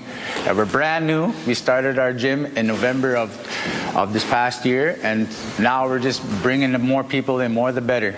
Awesome. And what are some of those values that your gym holds in particular? We just like to invest in our people. I firmly believe investing in my youth, that's what changes our future. Is if you invest in the youth, our future will change for the better. What boxing does is it allows you to believe in yourself. It gives you the confidence. It lets you understand the power that you have within yourself. It's all about the empowerment, how you carry yourself as a person. Also understanding the delayed gratification. Understanding to control, learn how to have self-control. Yeah, amazing. Well, before we wrap things up here, teach me how to give this one good swing. You got it. All okay. Right. What we need to do here then, you need to get in your boxing stance. Are you southpaw? Are you right-handed? I am left-handed. You're left-handed. That's the best. Okay. So I need you to get in your boxing stance. Okay. I need you to stand like this. All right. So this way. Now what we do, I need your back foot, this one back. Yeah. Boxing stance, bend your knees. Bend the knees, there we go. Now I need this like this, all right? Okay. All right. This is the jab. Okay. This is the most important punch of the whole fight game. This determines whether you win or lose. That's what I firmly believe in. All right. So what we do here, as you spin it, boom, reach. That's the jab. This is what determines your fight. This is the disguise. This is the flicker. And now this is your power shot. As you punch this, you've developed that. So it's all about twisting with the hips. So jab, cross. All right? All right. Let's give it a shot. Start with your jab first. Okay. Jab. And then you power with your left, your southpaw. That's a lot of juice there. Let's go. Oh. 1, 2. Now give me 4 of them. 1, 2, 3, 4. There we go. Yes. We're working. Nice. Thank you so much. Absolutely. I'm going to do a little bit more practicing over here.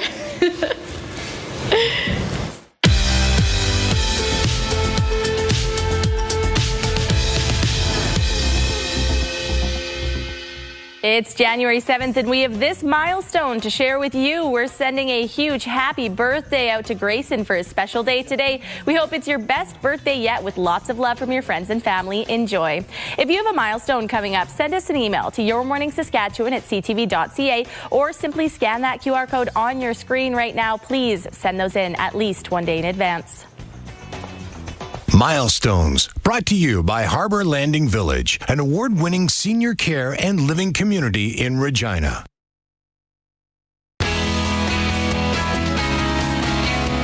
Chase, I don't know if you're watching. How do you rate those punches from Janelle Lippi? Well, I'm far enough away, so she can't hit me. I'll say not fantastic, but there's... You know, there's something coming out there. A few more. I'm sure she could already knock me out right now. Probably has to stop smiling and laughing while she does it, right? What's going on the radio? Exactly. That would be terrifying if you were boxing someone and they're just smiling the entire time, too. Terrifying. So today on the radio, we have a big countdown that has been going on. We've been watching this on Luke Holmes' website here for the last week or so. And finally today, he's making whatever announcement the countdown is alluding to at 11 o'clock this morning. Probably going to be some new music announced with it. We'll find out more about the new album. That's what we're kind of thinking. And then two with little teases from our country artists out there. Garth Brooks says the back half of 2026 could be looking like some tours going on with that as well. So we'll pay attention to that. Remember, you can lock in for all of the tours in Saskatchewan here for 2026 by going to PureCountry927.ca and winning our all-access pass. You got to answer our question of the day, which is, besides money, what's something you're rich in? Ooh, I guess like dog ownership. Stuff to give away, of course. Chase, Stuff to give away. That's not mine, but yeah, it could be yours. Shout out to Chase's grandma in Churchbridge. Hi.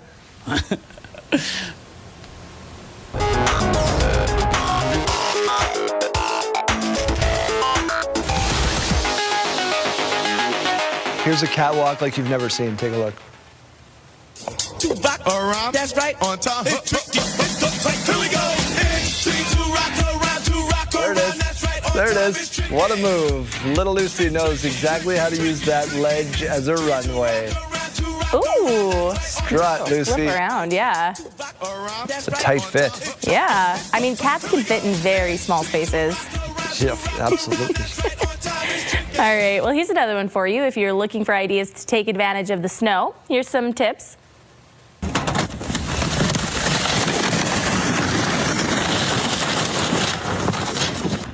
Need to know. A hip. Yeah, well, how did he make it so far on those baking trays all the way to the bottom? That guy has balance. Yeah, who in the right mind is like, you know what I'm going to do?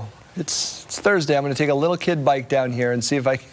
Okay, what about the mattress? I have to assume it looked like an inflatable one. Yeah. I have to assume it would have popped. Yeah, well, suitcase. Oh okay. My. Why? Check that luggage. Straight up shoes. Oh my. Oh. Yikes. Face plants. It's good sledding weather out there today. We'll have your full forecast coming up in just a couple of minutes. Ouch. Caterpillar. It's Wednesday, January 7th. The real question is, by what right does Denmark assert control over Greenland? What is the basis of their territorial claim? The White House is doubling down on its desire to take over Greenland. This says Denmark looks to shore up support from allies. A very open discussion about delivering healthcare in a very innovative way, a different way. If you really think that you are going to dismantle and destroy public health care in the birthplace of Medicare, you better be ready for a fight. Premier Scott Moe is promising an open discussion this year about planned innovations for health care. And the Prince Albert Raiders made a blockbuster deal yesterday. The GM, Curtis Hunt, joins us later this hour. Stay with us, Saskatchewan. Your morning starts right now.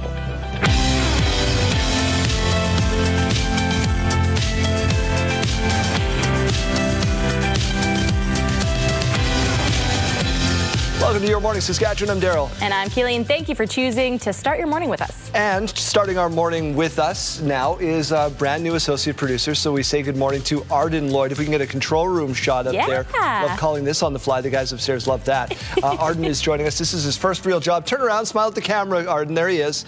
Arden Lloyd, welcome to CTV Your Morning Saskatchewan. You might see him on air from time to time. Yeah, I'm sure he can't wait to get involved with our antics. Oh, there have been antics for sure. Let's get to your news. We'll be back in just a moment with the weather forecast. As the impact of the Venezuela raid plays out, the U.S. president is making it clear he still wants the U.S. to take over Greenland, a territory that is part of Denmark, a NATO ally. Martha Raditz leads us off.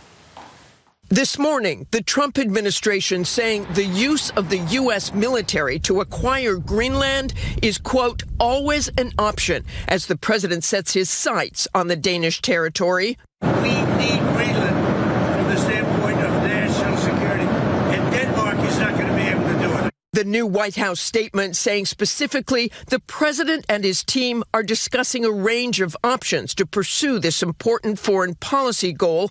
And of course, utilizing the U.S. military is always an option at the commander-in-chief's disposal.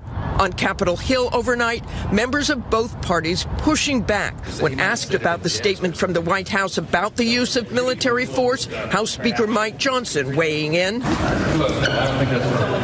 Asked if Secretary of State Marco Rubio informed lawmakers during a classified briefing on Monday that Trump preferred to buy Greenland. I don't remember that if he said. He might have said it in jest or something. Republican Congressman Blake Moore and Democratic Congressman Steny Hoyer, co-chairs of the bipartisan Congressional Friends of Denmark caucus, releasing a joint statement saying saber-rattling about annexing Greenland is needlessly dangerous. Greenland is an independent territory within the Kingdom of Denmark, rich in rare earth minerals. The island is also strategically positioned to counter rivals like Russia and China, which have been building up a military presence in the Arctic. The Pentagon already operates a base in Greenland and has deployed some 200 troops to enforce Arctic security as part of a long-standing defense agreement. Now, European leaders are incensed. The Danish government issuing a joint statement with the leaders of France, Germany, Italy, Poland, Spain, and the UK saying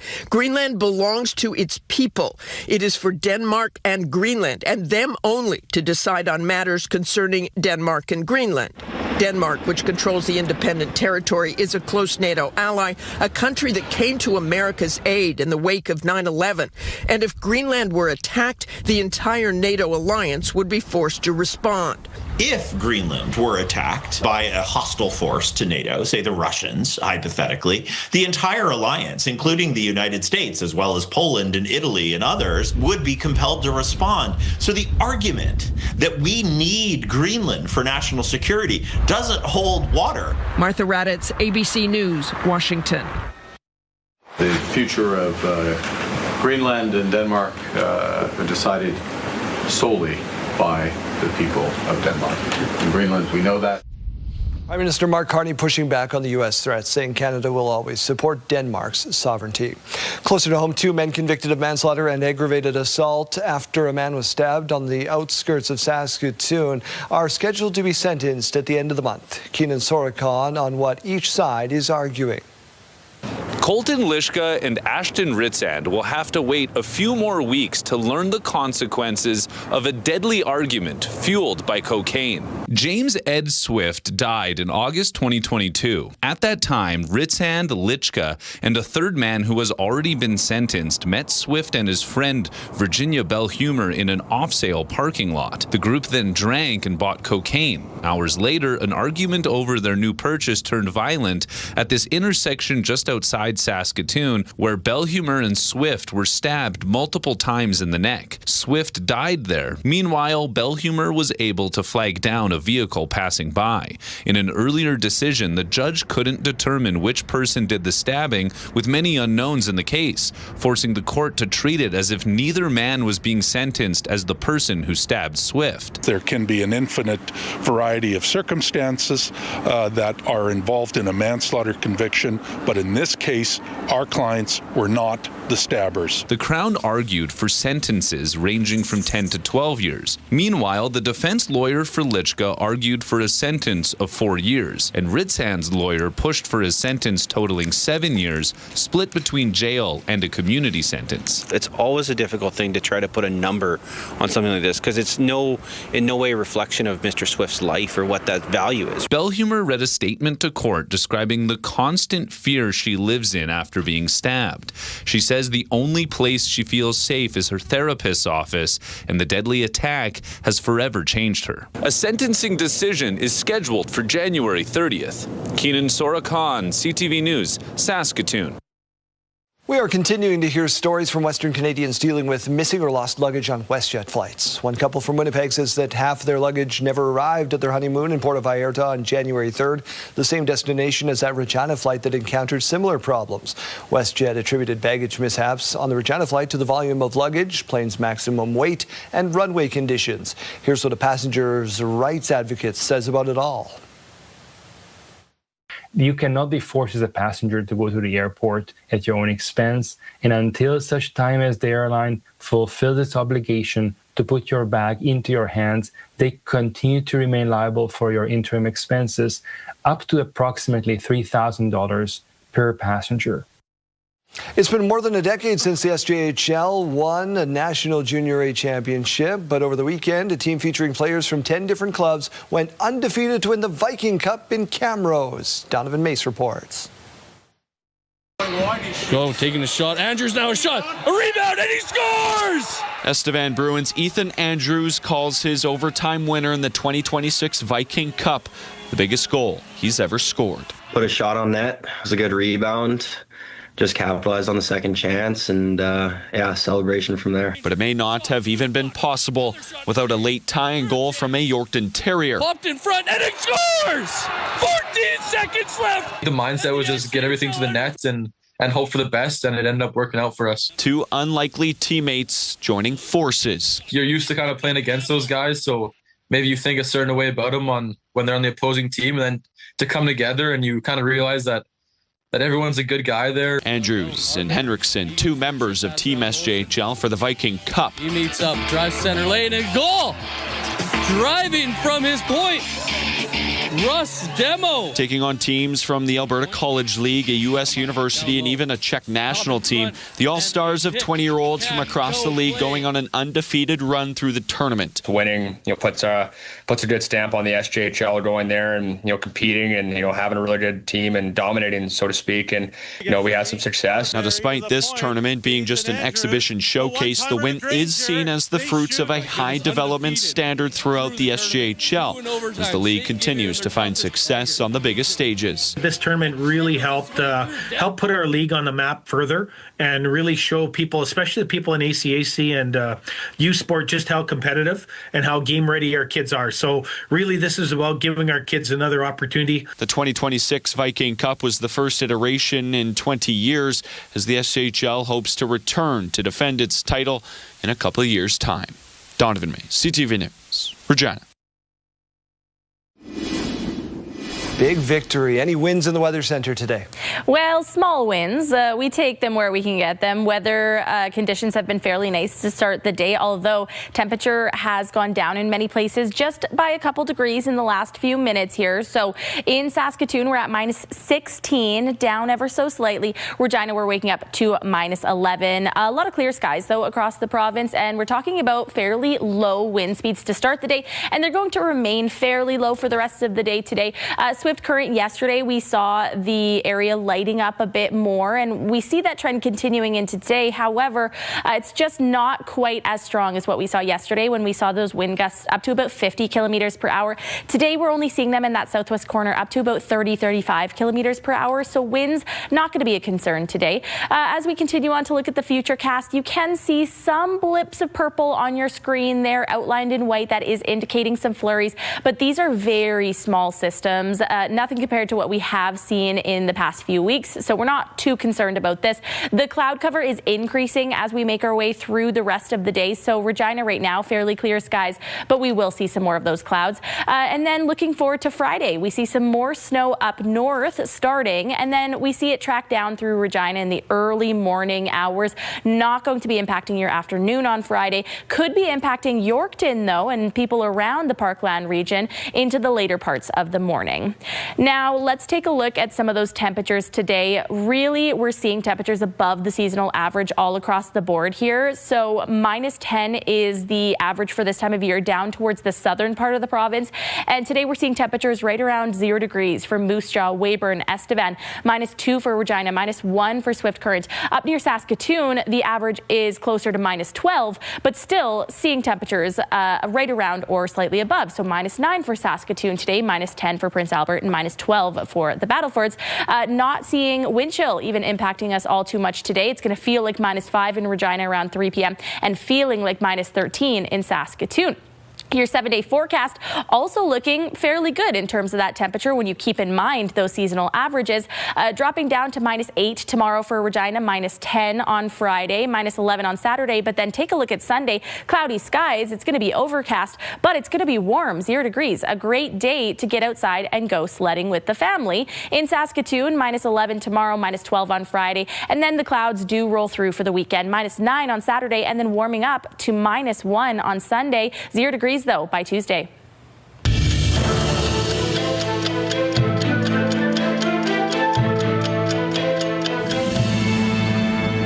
Rather dark this day in history. January 7, 2025, the U.S. National Weather Service issued a fire weather watch for the greater Los Angeles area. Fires over the next 3 weeks burned more than 13,000 buildings. January 7, 2015, armed gunmen attacked the office of Charlie Hebdo magazine in Paris, killing 12 people. And January 7, 2000, Beverly McLaughlin became the first woman to serve as the Chief Justice of the Supreme Court of Canada.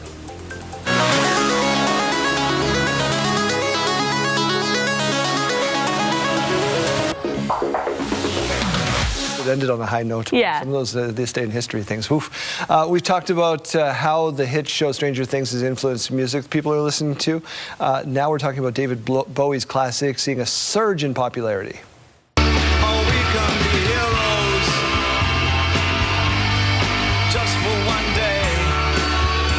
1977 hit Heroes is spiking to the top of people's playlists thanks to its prominent placement in the finale of Stranger Things. New data finds the song saw a spike of nearly 500% in streams after soundtracking to end the credits. Now, to put that in perspective, here are the statistics. Over the first 5 months, Heroes averaged about 94,000 daily streams. On January 3rd, that daily streaming number jumped to 470,000. Oh, wow. That is quite the jump. And Stranger Things also did this for Running Up That Hill by Kate Bush. It's happened on a number of TV shows. Remember, Don't Stop Believing by Journey had all those spikes with Sopranos and so forth and so on. So it's the younger generation now hearing this music in the resurgence in popular shows and realizing how great this music is. That was my absolute favorite when, remember when Paul McCartney was featured on a Rihanna track? Yes, and they were like, it's so nice to think of this old man, his first shot in music, and we're like, oh no. It's Paul McCartney. Oh, you did not do that. Also, the Wildflowers covered that song, and it's a really good version as well, if you're interested. Besides money, what is something that you are rich in? That's our question of the day today. And I think everyone can guess the top answer of the day. Lori saying, I'm rich in family. And that's such a beautiful sentiment to reflect on this morning and know that we're lucky to be rich in family. Kelly from Bigger saying the old saying, asset rich and cash poor. He's got things. Yeah, exactly, which is good. Donna from beautiful Cowessess First Nation, family and community for sure. Rich in land. They've been there for almost 40 years. And her husband planted the trees. Beautiful. Right. Yeah, Heather also agreeing. Rich in family. And one more answer. We didn't get a name attached to this one, but it kind of made me giggle. I am rich in snow in my yard. We'll take that. You can strap on some kitchen trays like that guy in our sidebar video and slide down the hill. Thanks for participating. We're back after this.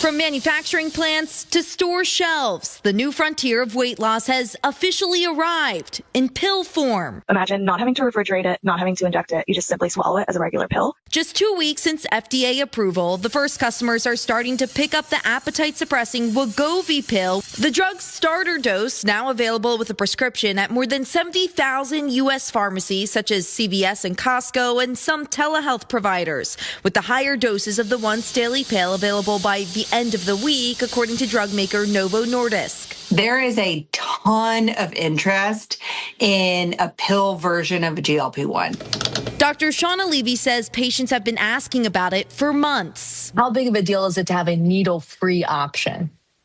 I think people are much more comfortable with a pill. It's much more approachable. The pill has shown comparable results to Wegovy's injectable counterpart and similar side effects such as nausea and vomiting. I actually felt a pretty big difference in the first few days. Chris Mertens participated in the pill's clinical trial and says he lost 40 pounds over a year and a half.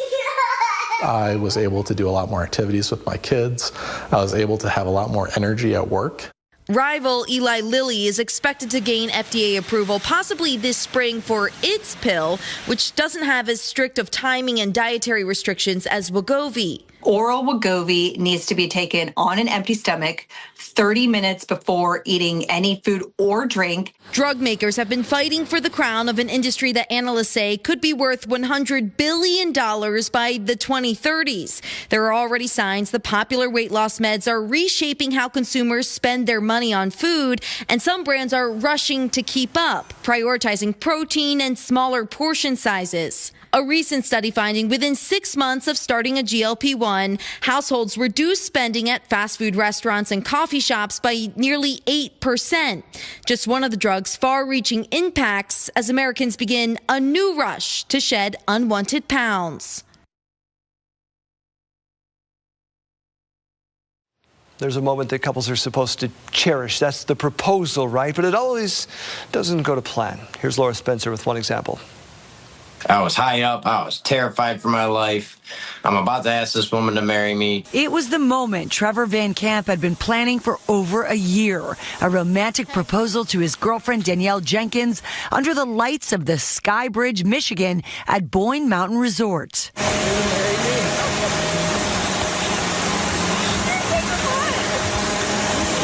But his face says it all. What happened next was anything but part of the plan. I was in complete shock. I can't believe I did that. All that money was, oh my God. I just ruined her proposal. The ring slipping through his fingers, falling nearly 120 feet into the snowy ground below. I just laughed because this was such a Trevor thing to do. I think I was just more or less like, oh, crap. What do we do next? After looking for more than 2 hours, the couple quitting their search. But the resort's overnight snowmaking supervisor, Pat Harper, was determined to make it right. In the darkness, his metal detector picking up a signal. I thought, no way, I just found that. And I picked it up, and sure enough, there was their engagement ring. Trevor finally able to complete his plan with a proposal neither will ever forget. I've had a lot of people ask me if it ruined the proposal, and it didn't. It made the proposal.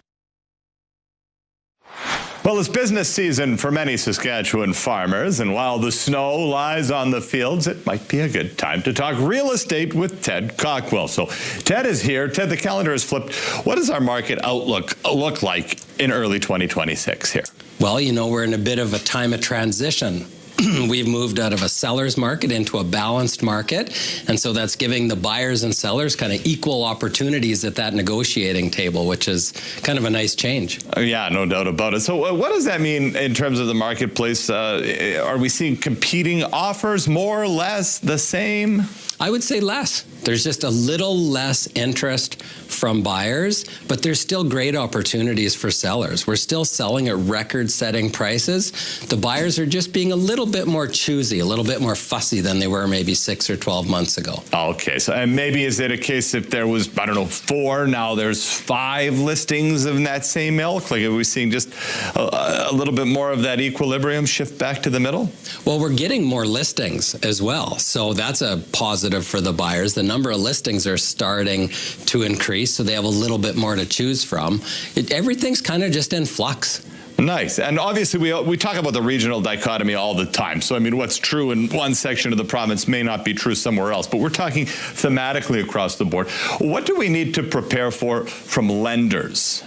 You know, the lenders I've found lately are just getting a little bit more cautious, as lenders sometimes do. So I've had buyers come to me and say, you know, they want to see my year-end financial statements before we move forward. So the lenders are still in the ag space. They love the ag space. They're just being a little bit more hesitant than they were probably a year or two ago. Okay. And so just because maybe the conditions are less favored to the seller doesn't mean the buyer still doesn't have work that they need to do in advance, because you'd hate to get all the way to the end and then have a deal fall through because of financing, right? Yeah, we normally work on that right out the gate and right in the beginning, get working on that right away, and then everything goes smoothly. Perfect. Well, that's exactly why you go to a trusted team like those at the Cockwell Group. If you are looking to buy or sell or simply get some more information, get in touch with Ted and the team. Like we always say, you're experts in the field at cockwellgroup.com. Thanks for a couple of minutes. Thank you.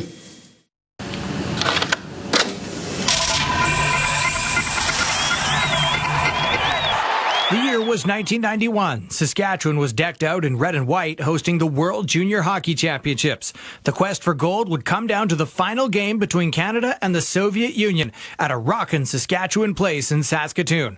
Fans saw Canada come out to a 2-0 lead before the Soviets would tie it up. But in the third, an unlikely hero emerged for Canada as John Slaney, who was scoreless in the tournament, put Canada ahead with 5 minutes to go, prompting a wild goal celebration. Canada would hang on to win, cementing one of the most memorable moments in World Junior Hockey. A final game that featured players like Eric Lindros and Pavel Bure, who would go on to careers in the NHL. And if you want to check out more classic sports moments from the days of Wilco and wood-finish televisions, you can check them out on our website.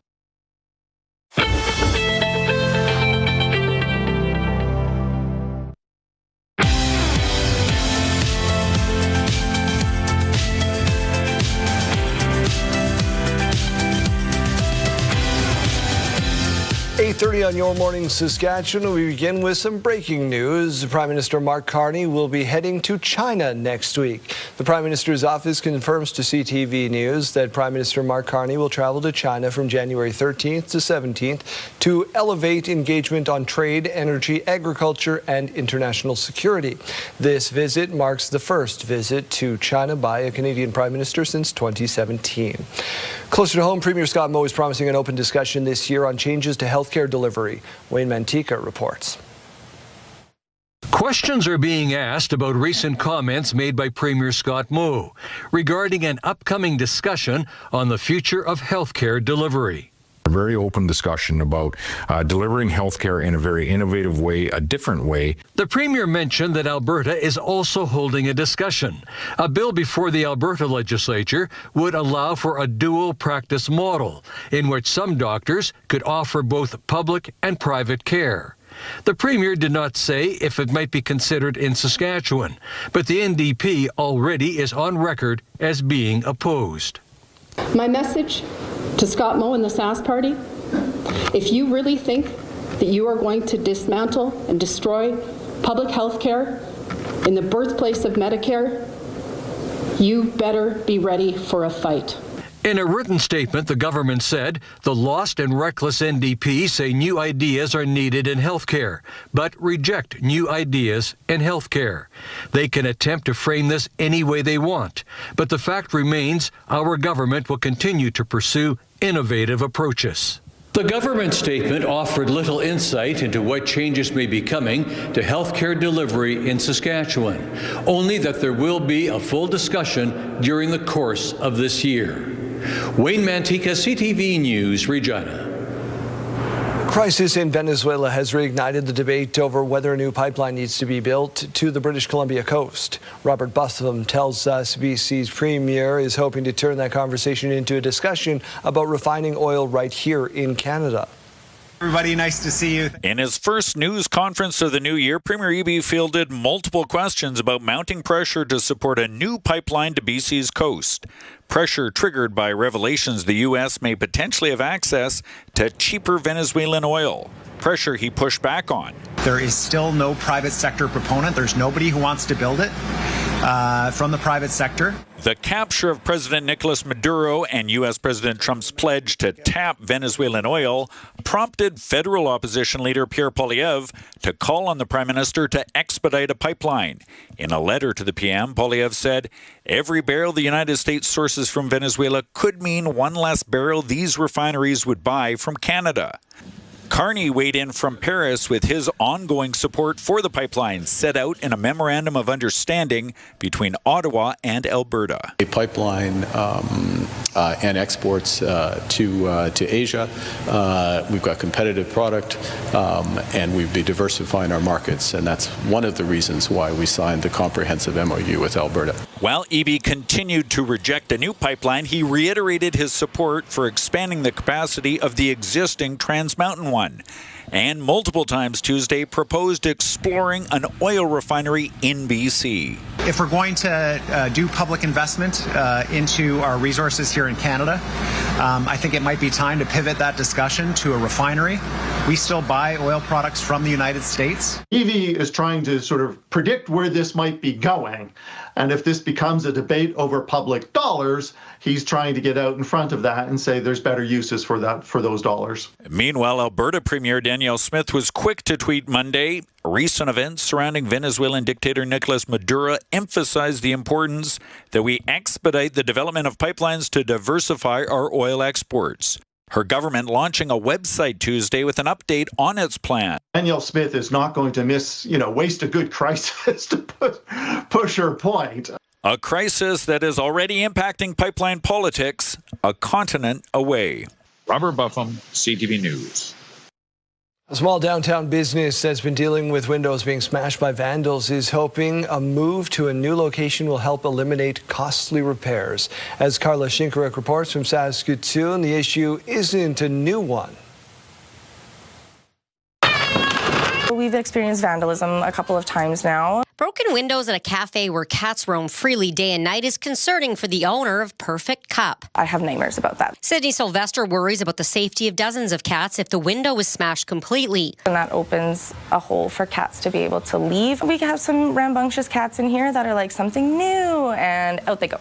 This window has been boarded up for about a year. She doesn't want to incur the cost to repair it, having replaced one not long before. It lasted 13 days before it was smashed again. Vandalism is nothing new in this area. Saskatoon police tell us 2020 saw 192 incidents of mischief. 2021 went up to 268 and increased to 291, 314, and 346 in subsequent years before dropping last year in 2025 to 287. This is made up between 7 and 12% of citywide incidents of this kind. Meanwhile, Shauna Nelson with the Downtown Bid told CTV News, graffiti, vandalism, and broken windows aren't just cosmetic issues. They carry real financial, operational, and emotional impacts for business owners. One way downtown Saskatoon supports businesses responding to vandalism and helps them improve their storefronts is through our Business Building Improvement Grant. Sylvester utilized that grant, which covered 50% of the first window cost. Ideally, she'd like to move out of the downtown, but zoning bylaws limit where she can offer this service, which also acts as an adoption center for cats from the Battlefords Humane Society.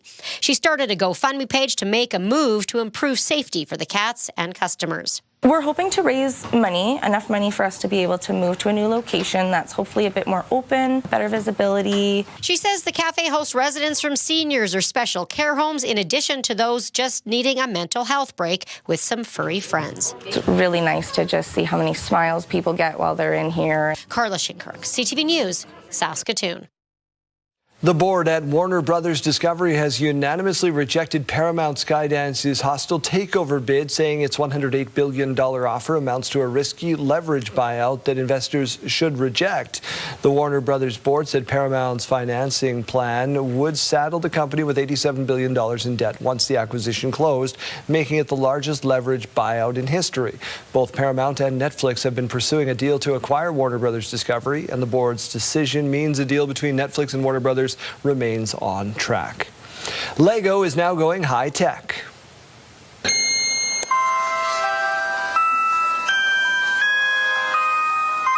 The Smart Brick made its debut at the Consumer Electronics Show in fabulous Las Vegas, Nevada. What is a Smart Brick? Well, it's shaped like a regular brick with a bunch of sensors inside.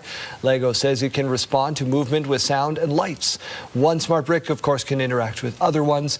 Lego will release the new line of Star Wars sets that come with Smart Bricks in March. High-tech Lego.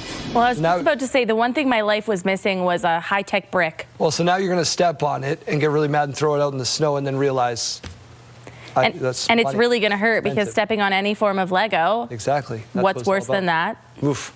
Yikes. What's going on with the weather? Well, we have a pretty nice morning out there, and now that we're actually starting to see the sun come up, you can actually see what I've been saying this morning, where we've been having some clear skies. They're not as clear up in Saskatoon. I'll show you that in just a moment here.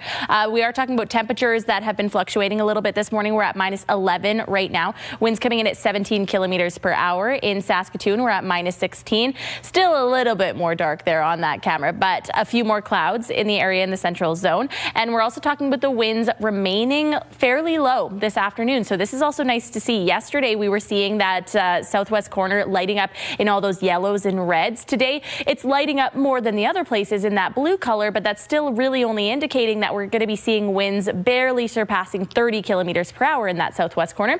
And that's lower than when we were seeing them peaking yesterday at about 50 kilometers per hour.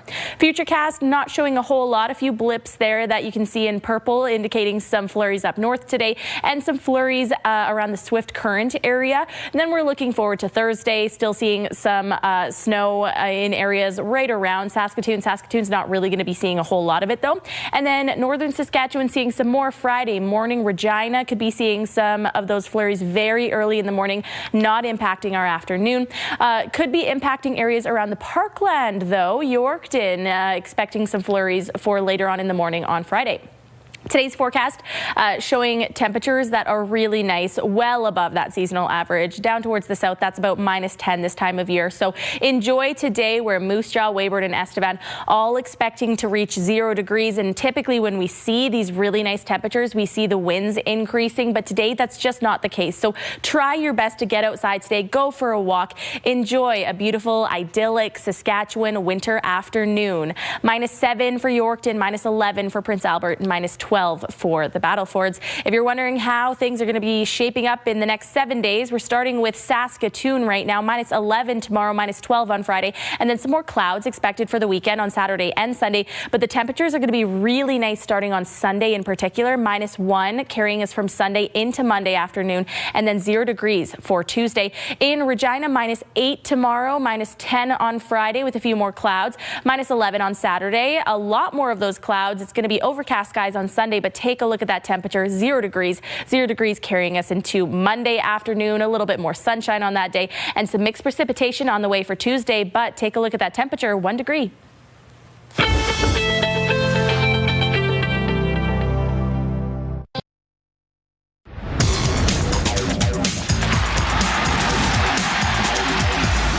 Albert Raiders making a move yesterday to acquire forward Braden Coots from the Seattle Thunderbirds, along with the 2nd, 4th, and 6th round pick in exchange for a whole host of people. Ethan Bebo, Knox Burton, Tripp Fisher, Diego Gutierrez, pair of 1st round picks, a 2nd and a 3rd rounder. This young man that they've acquired, Braden Coots, is a 1st rounder of the NHL's Vancouver Canucks. The architect of this trade, or at least one of them, is the general manager of the Prince Albert Raiders. That is Curtis Hunt, and he joins us down the line from Prince Albert this morning. Curtis, congratulations on making such a big move. Is this about belief in the group that you've gotten winning now, or what precipitated this deal? Well, a couple things. One is our play up to this point has been, exceptional. Our guys find a way. Our guys, they believe in each other. It doesn't seem to matter the score of the time. We compete for 60 minutes, and I think it's so hard to win. We had an opportunity to pick up what I believe in Braden was the best available player in this year's kind of trade deadline, and we made it happen. I had a relationship with Bill LaForge in Seattle. We've had a big deal before with Nolan Allen a few years ago on his pursuit when they won the league championship, and we connected again, and it took a little bit of time, a lot of meetings here in Prince Albert, and of course with my head scout, Bruno Zarello, but we were able to get it done, and really excited about getting him in after a couple days rest here after the World Juniors. Seeing some highlights on our screen, but Get fans in Prince Albert and the rest of Saskatchewan excited about the player that you're about to see in those beautiful Prince Albert jerseys. Yeah, absolutely. That's quite a season for him, from Vancouver to Seattle to Minneapolis, now to Prince Albert. But I spoke to him yesterday. He's going to enjoy a couple days, and it's funny. I've had some alumni all the way back to Danny Hodgson has texted me this morning excited about the trade, so it's nice to see some of the guys that have been through here following along with our group this year. A lot of draft picks to send back and forth. Are you worried about the future in terms of giving up those 1st round picks especially? Well, I think what we've done here is a real good job of over the past few years really stockpiling a lot of picks. So this year, we give up our 1st and 2nd, but I have 2 3rds, 2 4s, a 5, 2 6s. And, I think our scouting staff does a tremendous job of finding those diamonds in the rough. The Bantam draft is usually based on the best player at that particular time, and kids grow and develop at different rates. So I have confidence in our group that we'll be able to, find those players they'll fill those holes in the future. You don't make a trade like this unless you believe in your group. But what point did you start to think that this is a team that can maybe make a push and go all the way? Probably the coast trip. I think it's a great litmus test. It's a lot of travel. It's exciting to be in some of those big U.S. buildings. They're tough buildings to play in, all of them, including Seattle, but Everett, of course, Portland. And we showed just so much resiliency through there. The other thing is we just got a tremendous amount of leadership in our group. And then a couple surprises. Recent silver medalist Michael Orsolak, who is the goaltender for the Czech team. I'm sure the Canadian fans don't care much for him right now, but we're really excited about him. And of course, his countrymen and a defenseman on that team as well, Matches Man, were great surprises in the import draft, who've done a tremendous job. And we have a young Kazakhstan player who's come in and played extremely well for us. And as I mentioned, we've got great leadership. Our veterans have done a great job of mentoring and really showing the Raider way, I would call it. Of course, Curtis, we're all out of time, but I do need to ask this because fans are going to be asking, when can we see him in a uniform? How early are we going to see Chris? We're hoping this weekend. I'm going to talk to him again today, but I wanted him to let him rest and just reflect on a memorable tournament. Bronze medalist with Team Canada, Curtis Hunt, thank you for this and good luck the rest of the way. Thank you.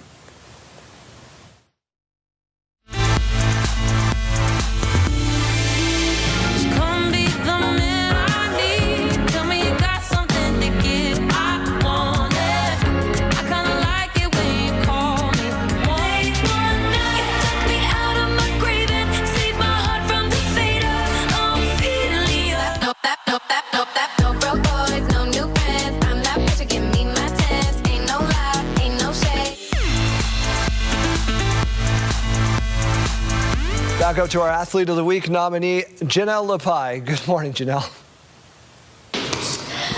All right, well, we're back at New Line Boxing. We've got our wonderful demonstrators behind us here showing us what it really looks like. We're leaving it to the pros now, but I've also got Moses back with me. Now, Moses, tell us a little bit about the student program. That is a huge thing for New Line Boxing. Well, it's not just for New Line Boxing. New Line Boxing is one of the clubs involved. The other club I just expanded is in Moose Jaw, the Moose Jaw Boxing program. The student boxing is really for Saskatchewan as a whole. It's a high-performance program. So the focus of the program is to see that we develop elite caliber athletes in Saskatchewan, but also at the same time we want to see role model citizens come out of the program. So it focuses on academics, focus on the community, focus on kids' development at home and at the boxing club. So I want the product to be, well balanced and developed in all those departments. It's also for the physical health and well-being, which translates into the mental health, emotional health, spiritual health. So all of those elements are very important in the development of young people. Absolutely it is. Well, some really great takeaways from this program. Now, I'm really curious, what advice would you give to somebody maybe watching and who's interested in starting boxing but is a little bit nervous? Yeah. Well, that's to be expected. That's one of the things that we know about the community, right? So I want parents to understand that the boxing, student boxing specifically, it's you never come into the gym and we just put you in the ring. It's a fight. There's no fighting involved. We don't fight, we box. We teach your kids how to do things. They learn how to box, learn the elements of boxing. And then there's an option. Once you've completed the first course, you have a choice. If you want to go into contact or you want to stay in the non-contact for health and wellness. So your children are not going to get into boxing, into fighting right away. It's not fighting. So if you want to learn about it, we encourage you to really contact the boxing club, inquire some questions about how your kid can learn how to box, and don't just assume that it's a fighting sport. Right. Okay. And if somebody's looking for more information, where can they go for that?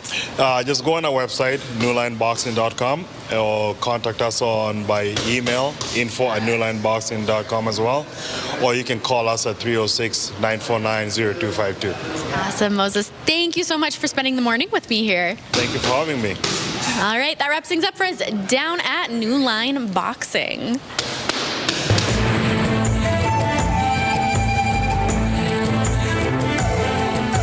Greetings, everyone. The Order of Canada is one of the highest honors a civilian can receive in this country. Now Saskatchewan writer, poet, and lawyer Michelle Good has been appointed this great distinction. Jacob Carr explains how the Maple Creek resident and member of the Red Pheasant Cree Nation is feeling after being chosen to receive one of the country's highest honors. Michelle Good, best known for her debut novel Five Little Indians, was one of 80 new appointees to the Order of Canada in 2025, and one of only 2 from Saskatchewan. Five Little Indians focuses on 5 survivors as they struggle to rebuild their lives in Vancouver after leaving Canada's Indian residential school system. I got some pretty amazing feedback from readers about how it changed their point of view. And so, hopefully that's the kind of work that I can continue to do. Good told CTV News that being appointed to the Order of Canada was a massive surprise as well as a tremendous honor. She followed up her debut novel with 2023's Truth-Telling, 7 conversations about Indigenous life in Canada. She approaches it both from the perspective of fiction, which can bring a lot of empathy to the conversation, but she also writes nonfiction, and she's an amazing researcher, so she really has all the facts and statistics that back up those personal experiences. Good says it's important to write the stories she does because it provides context into Indigenous reality in Canada. According to Good, that is a very dark reality that includes the over-incarceration of Indigenous people and the vast number of the missing and murdered Indigenous women. If we can get underneath that myth of Canadian history and experience or understand the precursors to these impacts, then I think we can have a far more meaningful relationship between Indigenous and non-Indigenous Canada. Good says her next novel is coming out in August and is written in 3 parts that follows 3 generations of Indigenous women from colonial to modern times. Jacob Carr, CTV News, Regina. If you have a story you would like to see in this segment, here's how to reach us. You can contact me by email, and you can also watch past episodes and segments of Indigenous Circle on our CTV Regina and CTV Saskatoon websites. Indigenous Circle is brought to you in part by Saskatchewan Indigenous Enterprise Foundation, growing the First Nation entrepreneurial spirit.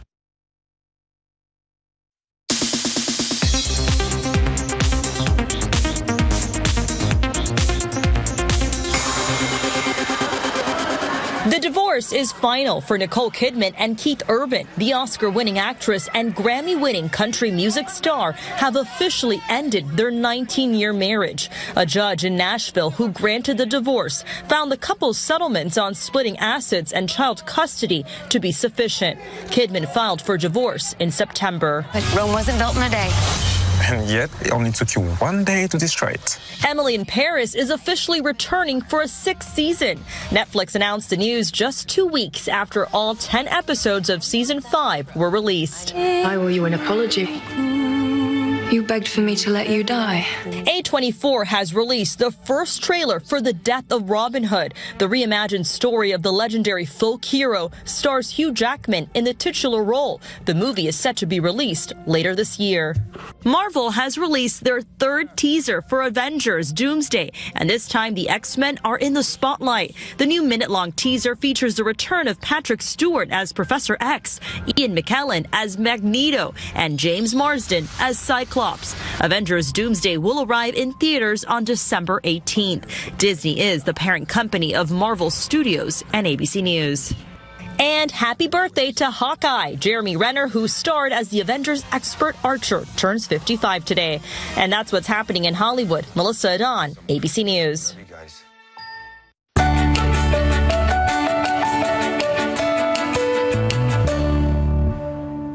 A backyard hockey rink on a Quebec lake is getting major attention thanks to a homemade Zamboni built from scratch. As CTV's Dave Charbonneau reports, it definitely gets put to work between periods.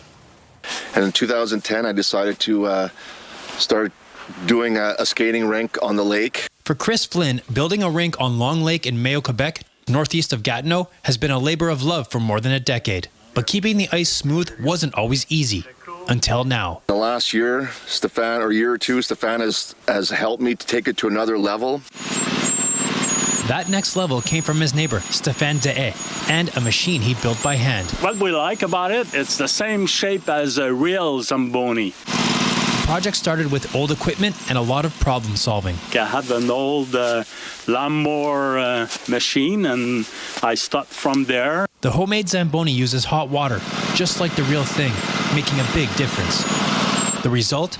Smooth, glistening ice. We're able to use hot water, which cures and repairs the ice better than cold water. The machine even rolls out between periods, turning a pickup game into something straight out of an arena. So it's everyone's true dream. In between periods, this miniature Zamboni came and did the rink. The video of that moment has now gone viral, but for De'e, the payoff is much simpler. It's a lot of work to maintain the rink on the lake, but every time we got people using it, it's a reward for us. A homemade Zamboni, a backyard rink, and a neighborhood project that shows just how far Canadians will go for the love of the game.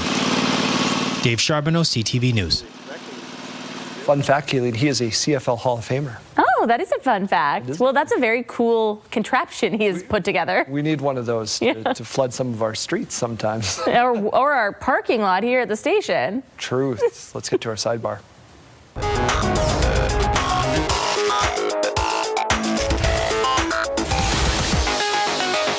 One thing Kayleen loves, it's whales. We have our first orcapod sighting of the year off Vancouver Island. The Centre for Whale Research says the whales were spotted on New Year's Day. There were 7 whales in the pod, including a bull and young adults. They were first seen near Victoria around 10:30 a.m. By the afternoon, they were headed towards San Juan Island. Oh, I love them. No boats were harmed in the sighting of this. Well, White Gladys does not lead this particular pod. She's in Portugal and Spain. Okay. She's busy. Good. The Canadian pods here, much more calm. Much more relaxed. Yeah. Probably said sorry on their way by. Greek swimmers braved the the Aegean Sea on Tuesday to celebrate the Epiphany. It's 18 degrees, by the way, in Greece. That's why I say cold with quotation marks. Yeah.